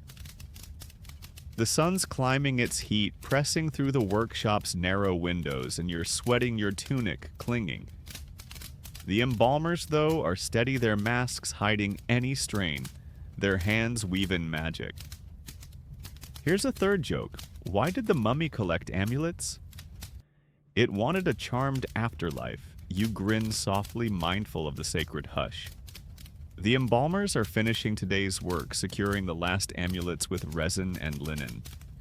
They'll add more layers tomorrow, but for now they pause, checking their placements with quiet murmurs. You're starting to feel the weight of these 70 days, each step, a slow burn toward eternity. The next task, chanting sacred spells, looms, but you're content to linger the workshop alive with the glint of amulets and the scent of myrrh. You wander to a narrow window, the Nile shimmering like a silver thread under the sun. Its flow ties you to the cleansing days ago when Nile water first purified this body. You're struck by the contrast, the river's life versus the amulet's permanence, both shaping this ritual. The embalmers are smoothing a final strip, their voices low, one pointing to a hieroglyph of Isis, her wings spread above the door. The body, now a mosaic of linen and charms, looks eternal, its soul armed for the Duat. You feel a quiet connection to the person within, a scribe, a mother. Their story fades, but their journey shines. One last detail, the Egyptians saw amulets as more than trinkets. They were spells in solid form, each carrying a prayer to protect the soul. A scarab wasn't just jade, it was rebirth etched with the god's will. You look at the body, its wrapping sparkling with hidden power, and feel a spark of awe. This is Egypt, where every charm, every spell is a step toward forever. A culture that armed its dead with love and light. You're back in the Thebes workshop, the air now shimmering with the faint glow of amulets tucked into yesterday's linen layers. The Nile's soft ripple hums beyond the mud brick walls, a gentle undercurrent to the desert's golden heat. The body lies on its stone table, nearly fully wrapped, its linen cocoon, studded with scarabs and ankhs, a silent promise of eternity. Today you're witnessing a shift from hands-on craft to sacred sound. The embalmers, now priests, chant spells to guide the soul through the Duat. It's a moment of pure ritual, and you're right there, sandals gritty with sand ears, tuned to the hypnotic cadence of their voices. The vibe is reverent, almost otherworldly, like a lullaby woven for the gods. Let's ease into this soulful, resonant moment. The embalmers, their white kilts crisp for this sacred task, stand in a semicircle around the body, their Anubis masks replaced with simple linen headbands marked with the Eye of Horus. They're priests now, their hands empty of tools but heavy with purpose. On a reed mat lies an open papyrus scroll, its edges curled, inked with hieratic script spells from the Book of the Dead, meant to arm the soul against the underworld's trials. You catch a whiff of frankincense, its smoky sweetness rising from a clay burner, tying you to the resins of earlier days. The body swathed in linen seems to listen, its stillness a canvas for the priest's voices. You're tempted to hum along, but the air feels too holy for that. Here's the mainstream fact. During the New Kingdom 1550 or 1070 BCE funerary spells, especially from the Book of the Dead, were chanted during mummification to ensure the soul's safe passage, as evidenced by papyri found in tombs like that of Ani. These spells guided the deceased through judgment and perils in the Duat. Now, the quirky tidbit: some spells were miswritten by careless scribes with errors or made-up words, yet still buried with the dead. Imagine a priest chanting gibberish and hoping Osiris doesn't notice. Historians still argue whether these chants were believed to have literal power or were symbolic gestures. Did they open gates in the underworld or just comfort the living? You step closer, the stone floor cool under your soles. The lead priest, his voice deep and steady, begins a spell, his words rolling like waves on the Nile. It's a chant for the opening of the mouth, meant to restore the soul's senses in the afterlife. You don't understand the ancient tongue, but the sound wraps around you, low and rhythmic, vibrating in your chest like a heartbeat. The other priests join their voices, layering in a haunting harmony, invoking Anubis, Isis, and Thoth. You're mesmerized, the chant pulling you into a trance, as if the workshop's walls are fading and the Duat itself is near. The frankincense curls upward, its smoke tracing spirals in the torchlight. Here's a joke to soften the spell. Why did the mummy love chants? They were its soul music. You smirk, but the priests are lost in their rhythm, their eyes fixed on the body. They're now chanting a spell to protect against Apep, the chaos serpent who threatens souls in the underworld. The words are sharp, almost hissed, and you imagine the serpent recoiling, its fangs dulled by the priest's power. You think back to the amulets placed yesterday, scarabs and eyes of Horus, and realize these chants are their voice activating the charms like a key in a lock. The body wrapped tight seems to glow faintly, as if the spells are sinking into its linen skin. The workshop feels alive with sound, the priest's voices bouncing off the walls, blending with the Nile's distant hum.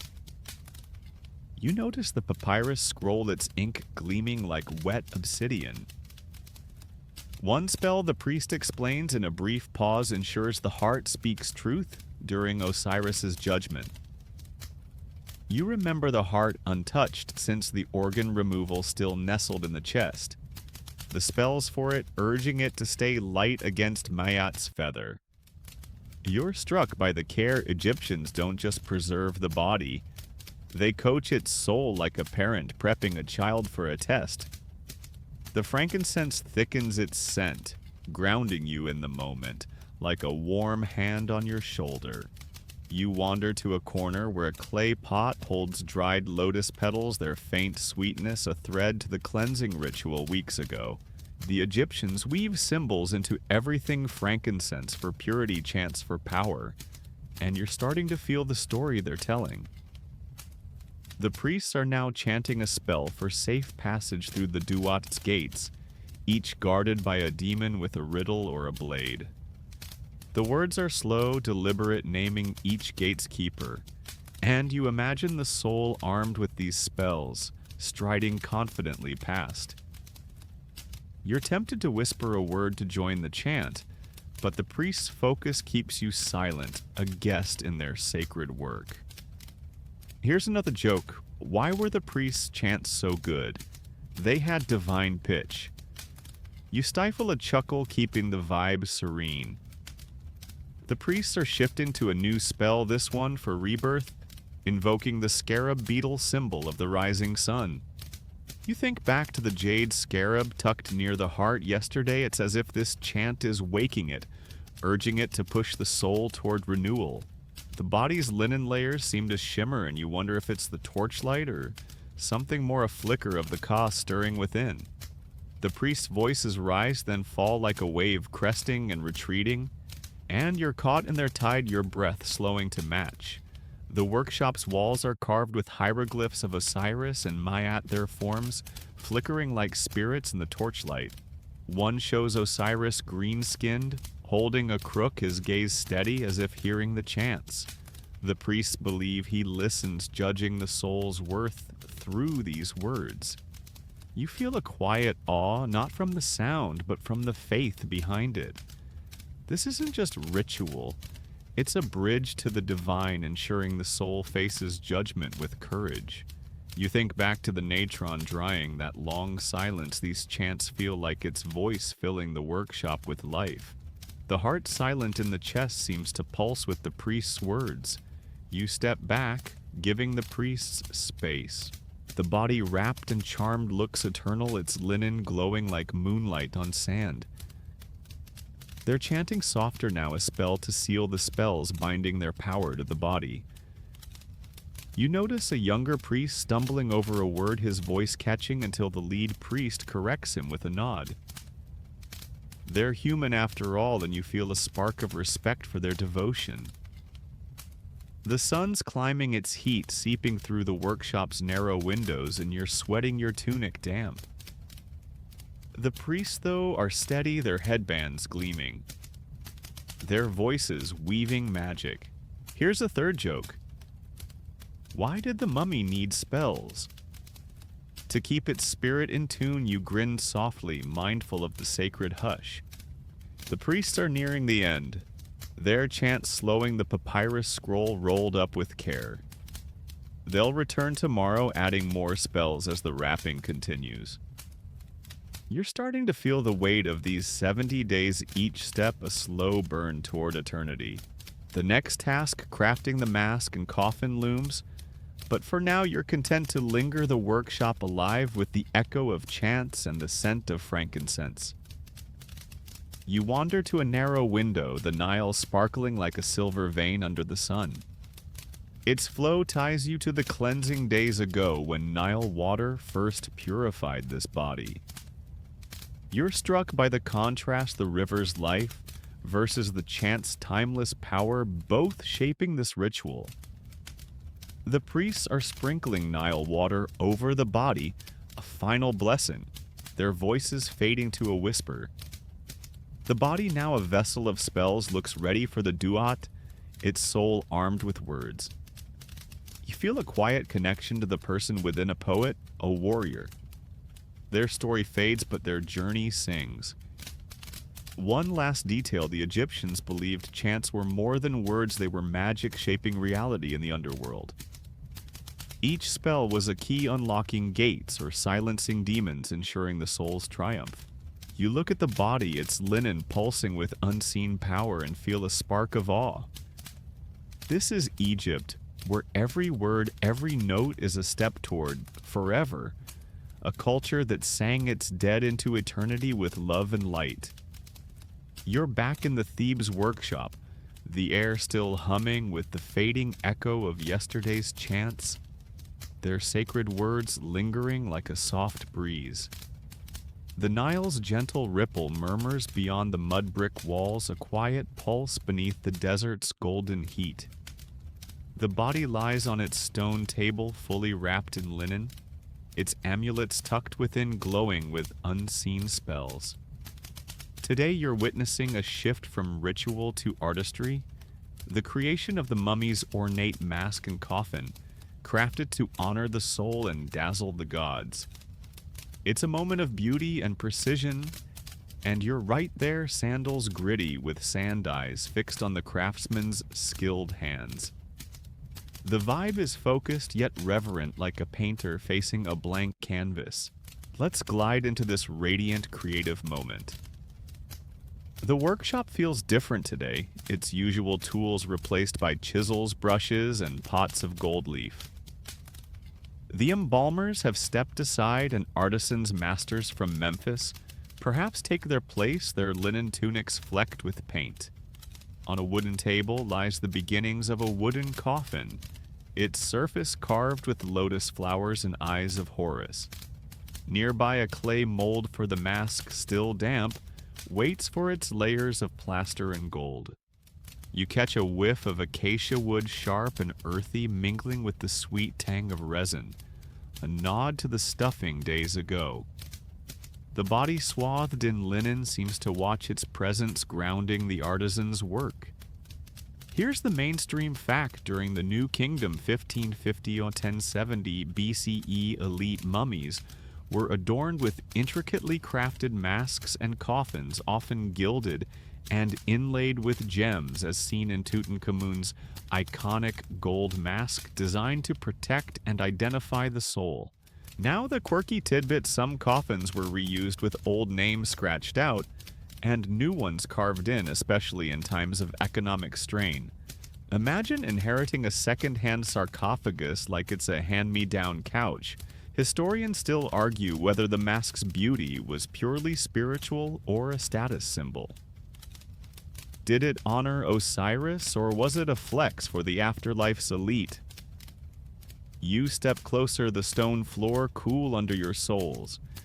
An artisan, his fingers stained with ochre, smooths plaster onto the mask's mold, shaping a serene face that mirrors the deceased.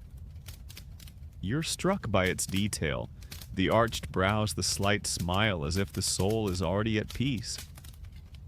He brushes on a layer of gold leaf, its glow catching the torchlight like a sunrise. You're tempted to touch it, but the artisan's focus, sharp as a falcon's gaze, keeps you still. Another craftsman carves the coffin, his chisel biting into the wood with a soft thunk, etching a spell from the Book of the Dead.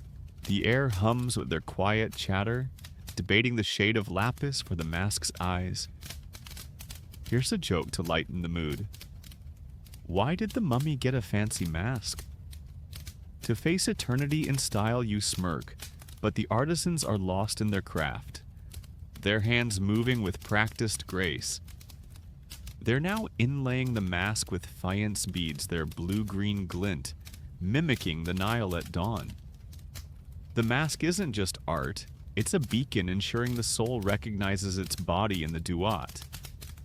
You think back to the amulets tucked in the wrapping scarabs and ankhs, and realize the mask is their public face, a radiant shield for the soul. The coffin, meanwhile, grows more intricate, its surface blooming with hieroglyphs of Osiris and Ra. The workshop buzzes with purpose, the clink of tools blending with the Nile's distant hum. You notice a pot of resin nearby, its amber glow, a callback to the wrapping and stuffing steps. They'll use it to seal the mask's layers, tying this step to the ritual's core. The artisans are meticulous, one pausing to adjust a bead's placement, ensuring the mask's symmetry. You're impressed by their obsession. Egyptians don't just craft, they perfect, as if the gods themselves are watching. You imagine the deceased may be a noble or priestess, dreaming of this moment, their face immortalized in gold. Did they choose the design sketching it by lamplight? You wander to a corner where a clay pot holds dried lotus petals, their faint sweetness a thread to the cleansing ritual weeks ago. The Egyptians weave symbols into everything: gold for eternity, lotus for rebirth, and you're starting to feel the story they're crafting. The artisans are now painting the coffin, brushing red ochre onto its base, a color sacred to Ra. The mask's eyes, now set with lapis, seem to follow you, and you feel a chill, not from fear, but from their lifelike power. The body, wrapped in silent, waits for its final adornments, and you're struck by the care. Every stroke, every gem is a prayer for the Duat. Here's another joke. Why was the coffin so ornate? It wanted to box out the competition. You stifle a chuckle, keeping the vibe serene.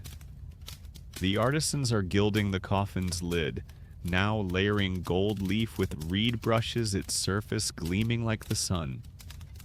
The mask is nearly done, its plaster smoothed and painted, ready for its final polish. You notice a younger artisan struggling with a chisel, his hands trembling until the lead craftsman guides him with a quiet word. They're human after all, and you feel a spark of respect for their devotion. The sun's climbing its heat, seeping through the workshop's narrow windows, and you're sweating your tunic damp. The artisans, though, are steady, their focus unbroken. The workshop's walls are carved with hieroglyphs of Anubis and Isis, their forms flickering in the torchlight.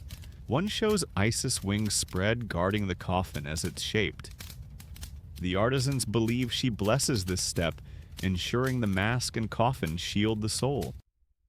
You feel a quiet awe, not from the beauty, but from the faith behind it. This isn't just art, it's a gateway preparing the body for eternity. You think back to the chants yesterday, their words arming the soul. These crafts feel like their physical form, gold and wood made sacred. The heart untouched and the chest seems to pulse with the artisan's care. You step back, giving the artisan space. The mask, now gleaming, is set aside to dry its eyes, staring into forever. The coffin's lid half-carved blooms with spells and symbols, a home for the mummy's final rest. You notice a small jar of beeswax nearby, its golden glow, a hint of future sealing. Remember that beeswax from the tool prep. It's coming soon. You're starting to feel the rhythm of these 70 days.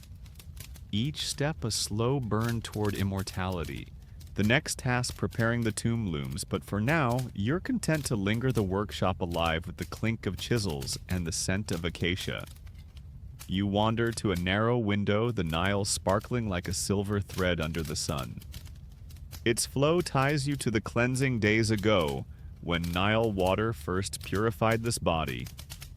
You're struck by the contrast, the river's life versus the mask's timeless glow, both shaping this ritual. The artisans are smoothing the coffin's edges, their voices low, one pointing to a hieroglyph of Mayat, her feather of truth carved above the door. The body wrapped and waiting looks ready for its golden face, its soul poised for the Duat. You feel a quiet connection to the person within, a scribe, a dreamer. Their story fades, but their journey shines.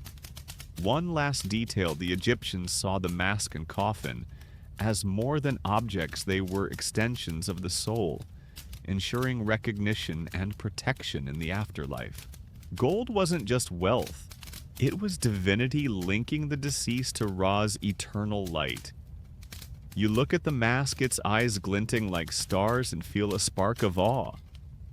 This is Egypt, where every carve, every brushstroke is a step toward forever, a culture that crafted eternity with love and light. You're back in the Thebes workshop, the air still shimmering with the faint scent of acacia wood and resin from yesterday's mask and coffin crafting. The Nile's soft hum weaves through the mud brick walls, a gentle pulse under the desert's amber glow. The body lies on its stone table, fully wrapped, its amulets and spells tucked within, waiting for its golden mask. Today, you're stepping beyond the workshop into the sacred space of the tomb, where priests and workers prepare the final resting place with offerings and inscriptions. It's a moment of reverence and labor, and you're right there, sandals gritty with sand eyes tracing the tomb's shadowed walls. The vibe is solemn yet purposeful, like a poet penning a final verse. Let's ease into this hallowed preparatory moment. The workshop's bustle fades as you follow a priest through a narrow valley, the cliffs of the Valley of the Kings, rising like silent sentinels. The tomb carved deep into the rock smells of dust and cool stone, a stark contrast to the workshop's warmth. Workers, their tunics damp with sweat, haul jars of wine, baskets of bread, and tiny Shabti figurine servants for the afterlife. You catch a whiff of myrrh, a nod to the resins you've smelled for weeks as a priest anoints a wall with oil. The mummy isn't here yet, but its presence looms, every offering and inscription a step toward its eternal home. You're tempted to touch a carved hieroglyph, but the priest's steady gaze keeps you still. Here's the mainstream fact: during the New Kingdom 1550-1070 BCE tombs, in the Valley of the Kings were elaborately prepared with offerings, spells, and decorations, as seen in Tutankhamun's tomb, filled with food, jewelry, and inscribed walls to aid the soul's journey. Now, the quirky tidbit, some tombs included curse inscriptions, not to scare robbers, but to invoke divine wrath, though many were looted anyway. Talk about a divine security system that didn't quite work. Historians still argue whether tomb offerings were purely spiritual or partly practical. Were they for the soul's sustenance, or did they comfort the living with a sense of closure? You step deeper into the tomb, the torchlight casting flickering shadows on walls, painted with scenes of Osiris and Anubis. A worker chisels a spell from the Book of the Dead, its words meant to guide the soul past the Duat's demons. The air feels heavy, not with dust, but with purpose, as if the gods themselves are watching. You notice a pile of alabaster jars, their lids carved with lotus flowers filled with oils and perfumes for the mummy's final rites. You think back to the canopic jars from the organ removal. These are their cousins, ensuring the soul's comfort. The tomb's main chamber, still unfinished, hums with activity workers brushing paint onto a mural of the deceased, offering gifts to Ra. Here's a joke to lighten the mood. Why did the tomb need so many offerings to keep the soul stocked for eternity? You smirk, but the workers are focused, their chisels ringing softly. A priest scatters dried dates and figs on a stone altar, their sweetness cutting through the musty air. These offerings aren't just symbolic, they're practical, meant to feed the Ka in the afterlife. You're struck by the care Egyptians don't just bury their dead, they equip them like sending a child to camp with a packed lunch. You imagine the deceased, maybe a noble or scribe, choosing these items in life, dreaming of their tomb's embrace. The tomb's walls are alive with color reds, blues, and golds, depicting the soul's journey through the Duat. One scene shows the heart weighed against Ma'at's feather, a nod to the chants you heard days ago. You feel a thread connecting these steps, the heart untouched since organ removal is the star of that judgment, and this tomb is its stage. A worker polishes a shabti, its tiny face carved to resemble the deceased, meant to labor in the afterlife's fields. You're tempted to pick one up, but the priest's low chant pulls you back, invoking Isis to bless the tomb's offerings. The air vibrates with his voice, grounding you in the moment. You wander to a side chamber where a stack of linen shrouds waits for the mummy's arrival. Their faint scent of flax ties you to the wrapping days ago when linen first hugged the body. The Egyptians weave symbols into everything, shabtis for service, myrrh for sanctity, and you're starting to feel the narrative of their crafting. A worker paints a door on the wall, a false portal for the soul to enter and exit. It's clever, blending art and magic, and you're impressed by the foresight Egyptians' plan for the soul's freedom, not just its rest. You think of the Nile's flow seen through the workshop's window, and how it ties this tomb to the cleansing ritual weeks ago. Here's another joke. Why was the tomb so fancy? It was the soul's 5-star afterlife suite. You stifle a chuckle, keeping the vibe serene. The priest is now inscribing the deceased's name on a cartouche, its oval shape a shield against oblivion. You notice a younger worker fumbling with a paintbrush, his strokes uneven, until the lead artisan corrects him with a quiet word. They're human after all, and you feel a spark of respect for their grind. The sun's heat doesn't reach this deep, but your tunic clings from the valley's dust, and you're grateful for the tomb's cool shade. The workers, though, are steady, their focus as sharp as their chisels. The tomb's main chamber is taking shape, its walls glowing with murals of the afterlife's fields, where the soul will reap eternal harvests. A priest places a small boat model on a ledge, its wood carved to mimic papyrus reeds meant to ferry the soul across the Duat's rivers. You think back to the amulets, scarabs, and ankhs and realize this boat is their partner, ensuring mobility in the underworld. The air smells of paint and myrrh, a grounding mix that pulls you deeper, like sinking into a story you can't pause. You're starting to feel the weight of these 70 days each step, a slow burn toward eternity. Here's a third joke. Why did the tomb have so many spells to keep the soul charmed and safe? You grin softly, mindful of the sacred hush. The workers are finishing today's tasks, smoothing a mural's edges, their voices low as they debate the placement of a wine jar. One points to a hieroglyph of Anubis, his jackal head, carved above the entrance, guarding this space. The body still in the workshop awaits its final journey, but this tomb is its destiny, a home for forever. You feel a quiet connection to the person within, a poet, a warrior. Their story fades, but their legacy takes root in these walls. You linger by the tomb's entrance, the valley's cliffs framing a sliver of sky.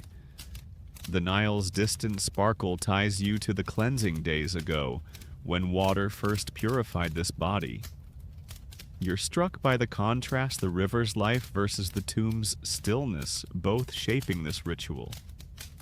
The priest sprinkles Nile water on the altar, a final blessing, his chant fading to a whisper. The tomb, half ready, feels alive its offerings and spells a chorus for the soul. You're content to linger, the cool stone grounding you, the next task, the burial procession looming like a distant star. One last detail: the Egyptians saw the tomb as more than a grave. It was a portal linking the living and the dead, ensuring the soul's eternal cycle. Offerings weren't just gifts. They were bonds tying the deceased to their family and gods. You look at the tomb's painted walls, their colors pulsing with promise, and feel a spark of awe.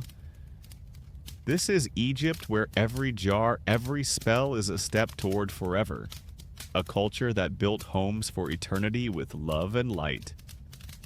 You're standing in the Valley of the Kings, the desert air heavy with dust and anticipation. The Nile's distant hum, a faint whisper beyond the cliffs. The Thebes workshop with its myrrh-soaked linens and golden masks feels like a memory now.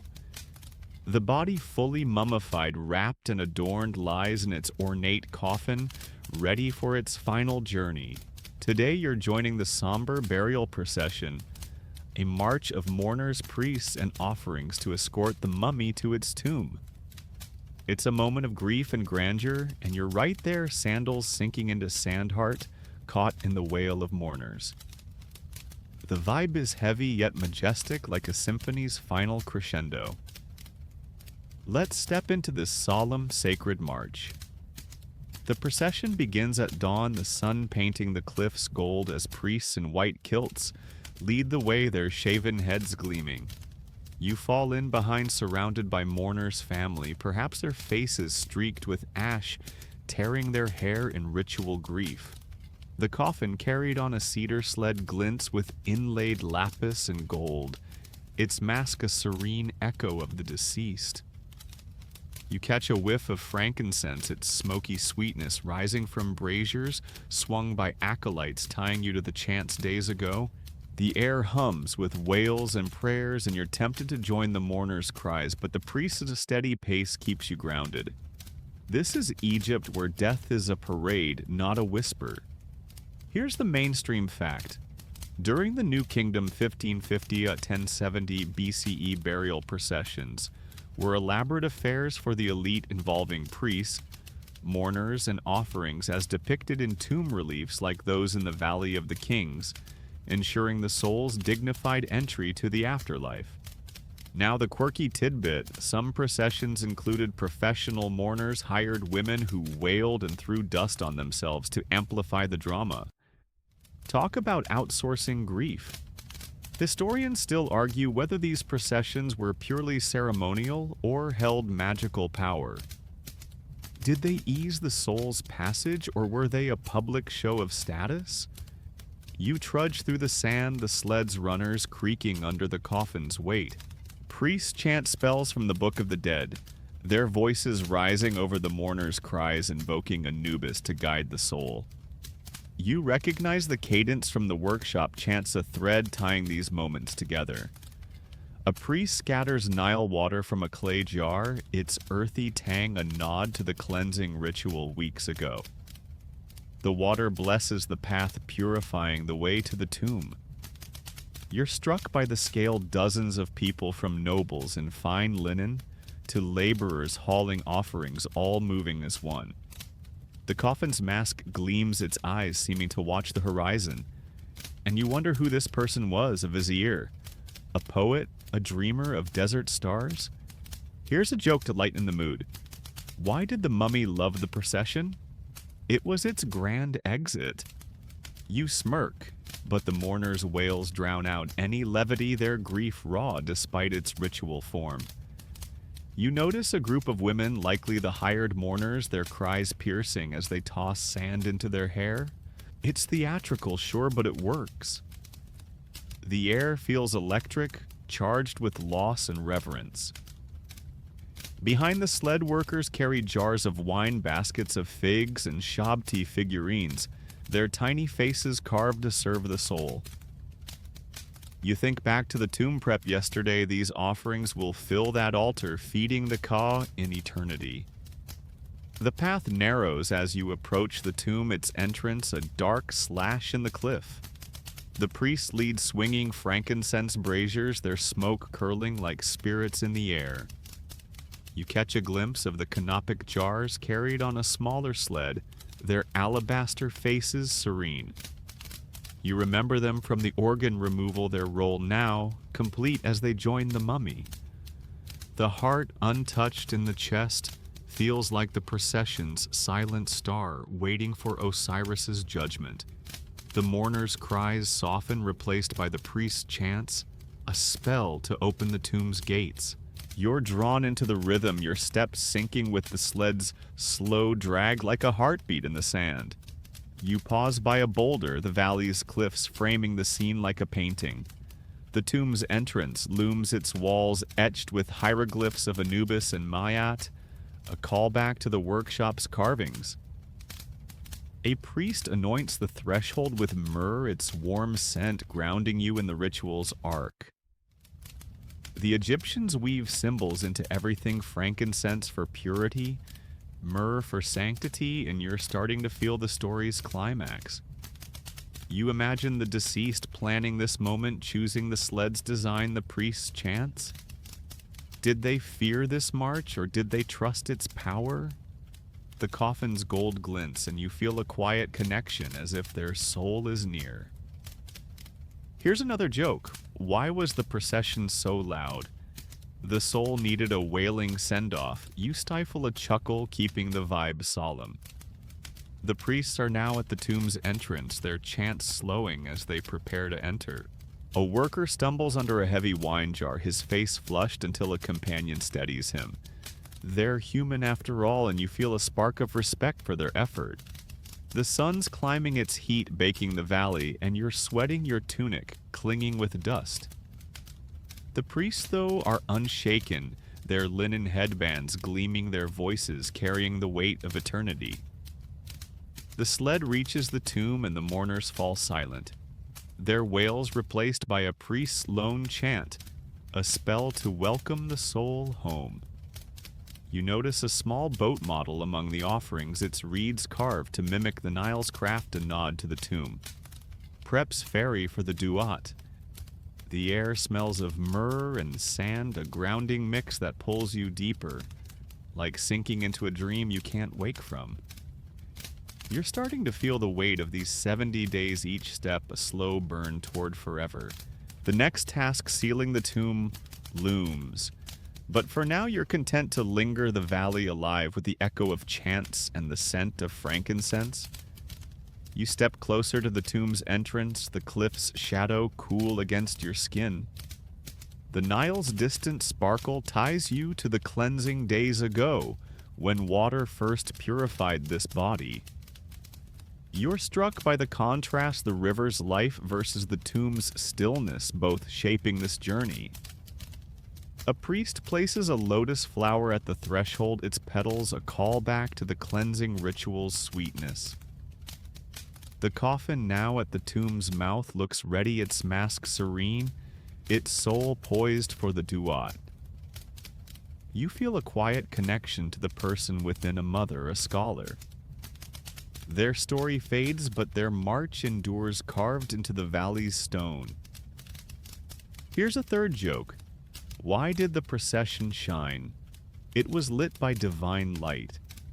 You grin softly, mindful of the sacred hush. The priests are guiding the sled inside their chants, softening to a whisper, the mourners trailing behind. You linger outside the valley's cliffs, framing a sky of endless blue. The tomb swallows the procession, its darkness a promise of rest. You're ready for the final step, the sealing of this eternal home. But for now, you breathe in the desert air, the weight of 70 days settling like dust on your shoulders. One last detail: the Egyptians saw the procession as more than a march. It was a transformation, carrying the soul from life to eternity, each step a spell to ease its way. The coffin wasn't just wood and gold. It was a chariot bearing the deceased to Osiris's embrace.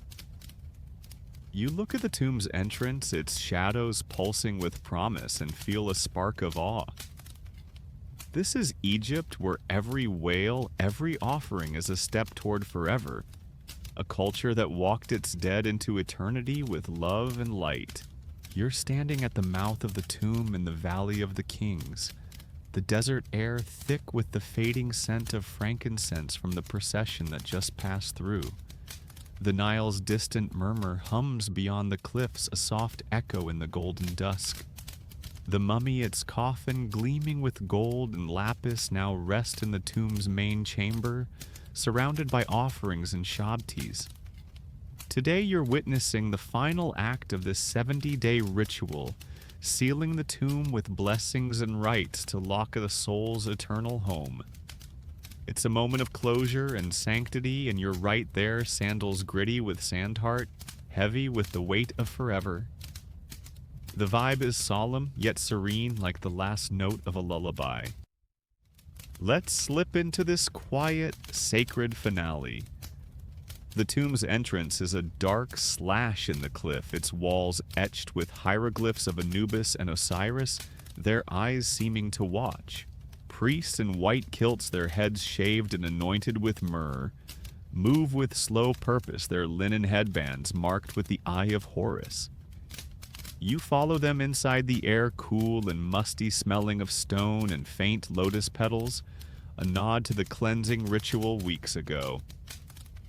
The coffin rests on a stone plinth, its mask serene, surrounded by jars of wine, baskets of figs, and the alabaster canopic jars you saw during organ removal. A priest lights a frankincense brazier, its smoky sweetness curling upward, tying you to the procession's braziers. You're tempted to touch the coffin's gold, but the priest's chants hold you still. Here's the mainstream fact: during the New Kingdom, 1550-1070 BCE tomb sealing was a critical ritual involving prayers, offerings, and physical closure with stone or plaster, as seen in intact tombs like Tutankhamun's, ensuring the soul's undisturbed rest. Now, the quirky tidbit: some tombs were sealed with hidden traps like sliding stones or false passages to deter robbers, though most were looted anyway. Imagine setting a booby trap for eternity only for it to fail. Historians still argue whether sealing was purely protective or held magical power. Did it lock the soul in safety? Or was it a symbolic gate to the Duat? You step deeper into the chamber, the torchlight casting shadows that dance across painted walls. Scenes of the deceased offering gifts to Ra, their soul sailing through the Duat. A priest chants a spell from the Book of the Dead, his voice low and resonant, invoking Anubis to guard the tomb. You recognize the cadence from the workshop chants a thread weaving these 70 days together. He sprinkles Nile water from a clay jar, its earthy tang a callback to the cleansing ritual that started this journey. The water blesses the coffin, purifying its final rest. You're struck by the care. Every drop, every word is a vow to the soul, ensuring it faces Osiris unblemished. Here's a joke to soften the hush. Why did the tomb get sealed tight to keep the soul locked in luxury? You smirk, but the priest's chants drown out any levity, their voices a steady hum. They're placing a final offering, a small lotus flower, its petals wilting, but fragrant on the coffin's lid. The lotus, a symbol of rebirth, ties you to the cleansing days ago, and you feel the ritual's arc closing like a book's final page. Workers begin rolling a stone slab toward the entrance, their grunts echoing in the chamber. The slab carved with Mahat's feather will seal the tomb, its weight a physical and spiritual barrier against the world outside. The air grows heavier as the priests perform the opening of the mouth ritual. Touching the coffin's mask with a bronze adze to restore the soul's senses. You saw this spell chanted days ago, but now it's physical. The adze glinting as it brushes the gold. The heart untouched since organ removal feels like the ritual's silent star, ready for judgment against Mayat's feather. You're mesmerized by the precision Egyptians don't just bury. They orchestrate, ensuring the soul wakes in the Duat with eyes to see and a voice to speak. You think back to the amulets, scarabs, and shabtis all working together, and realize this sealing is their culmination, a final blessing for eternity. You wander to a corner where a small shabti figurine dropped by a worker lies in the dust. Its tiny face carved to mimic the deceased stares up at you, and you're tempted to pocket it, but the priest's chant pulls you back. The Egyptians weave symbols into everything shabtis for service, myrrh for sanctity, and you're starting to feel the story's end. The priests anoint the coffin with myrrh, its warm scent, grounding you in the ritual's arc. You imagine the deceased may be a noble or scribe planning this moment, choosing the tomb's spells. Did they fear this darkness, or did they trust its embrace? The coffin's mask glows, and you feel a quiet connection, as if their soul lingers. Here's another joke. Why was the tomb so secure? It had a stone-cold lock. You stifle a chuckle, keeping the vibe serene. The workers are positioning the stone slab now, their muscles straining as it slides into place. A priest paints a final hieroglyph, an Ankh symbol of life on the slab, its ink gleaming like wet obsidian. You notice a younger worker fumbling with a torch, its flame flickering until a companion steadies him. They're human after all, and you feel a spark of respect for their labor. The tomb's cool shade shields you from the valley's heat, but your tunic clings with dust, a reminder of the desert outside. The chamber feels smaller as the slab nears its final position, the torchlight dimming. The priest's chants slow a spell to seal the tomb's magic, binding its offerings and spells to the soul. You notice a small boat model on a ledge, its reeds carved to ferry the soul, a nod to the tomb prep days ago. The air smells of myrrh and stone, a grounding mix that pulls you deeper, like sinking into a dream's final scene. You're starting to feel the weight of these 70 days, each step a slow burn toward forever. The next task reflecting on Egypt's afterlife legacy looms, but for now, you're content to linger the tomb alive with the echo of chants and the scent of lotus. You step back, giving the priest space. The slab grinds into place, sealing the chamber with a low thud that echoes in your chest. The priests sprinkle Nile water on the stone, their chants fading to a whisper, a final blessing for the soul. The coffin, now hidden in darkness, feels eternal, its mask a beacon for the Duat. You feel a quiet connection to the person within a mother, a dreamer. Their story fades, but their rest is secure, cradled in stone. You linger at the entrance, the valley's cliffs framing a sky of deepening blue. The Nile's sparkle, a distant promise of life. Here's a third joke. Why was the tomb sealed so well? To keep eternity wrapped up tight. You grin softly, mindful of the sacred hush. The priests are filing out their torches, casting long shadows as they leave the tomb to its silence. You're ready for the final reflection, the legacy of these rituals, but for now, you breathe in the cool air, the weight of 70 days settling like a gentle hand on your shoulder. This is Egypt, where every stone, every spell is a step toward forever. One last detail, the Egyptians saw the tomb's ceiling as more than closure.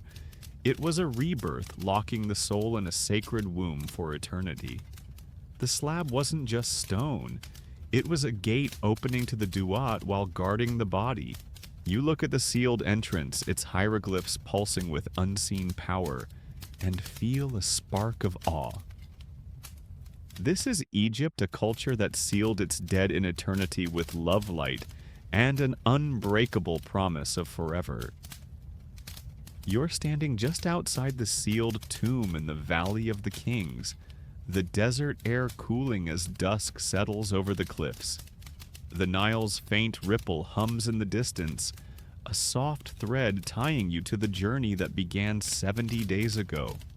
The mummy, now resting in its coffin, is locked in its eternal home, its mask and amulets glowing in the tomb's darkness. Today, you're stepping back to reflect on Egypt's enduring legacy of death and eternity, a culture that turned mortality into art. It's a moment of quiet contemplation, and you're right there, sandals dusted with sand, heart full, with the weight of this ancient story. The vibe is calm, almost dreamlike, like a whisper carried on the desert wind. Let's ease into this final reflective moment. You sit on a boulder, the valley's cliffs glowing faintly under the first stars.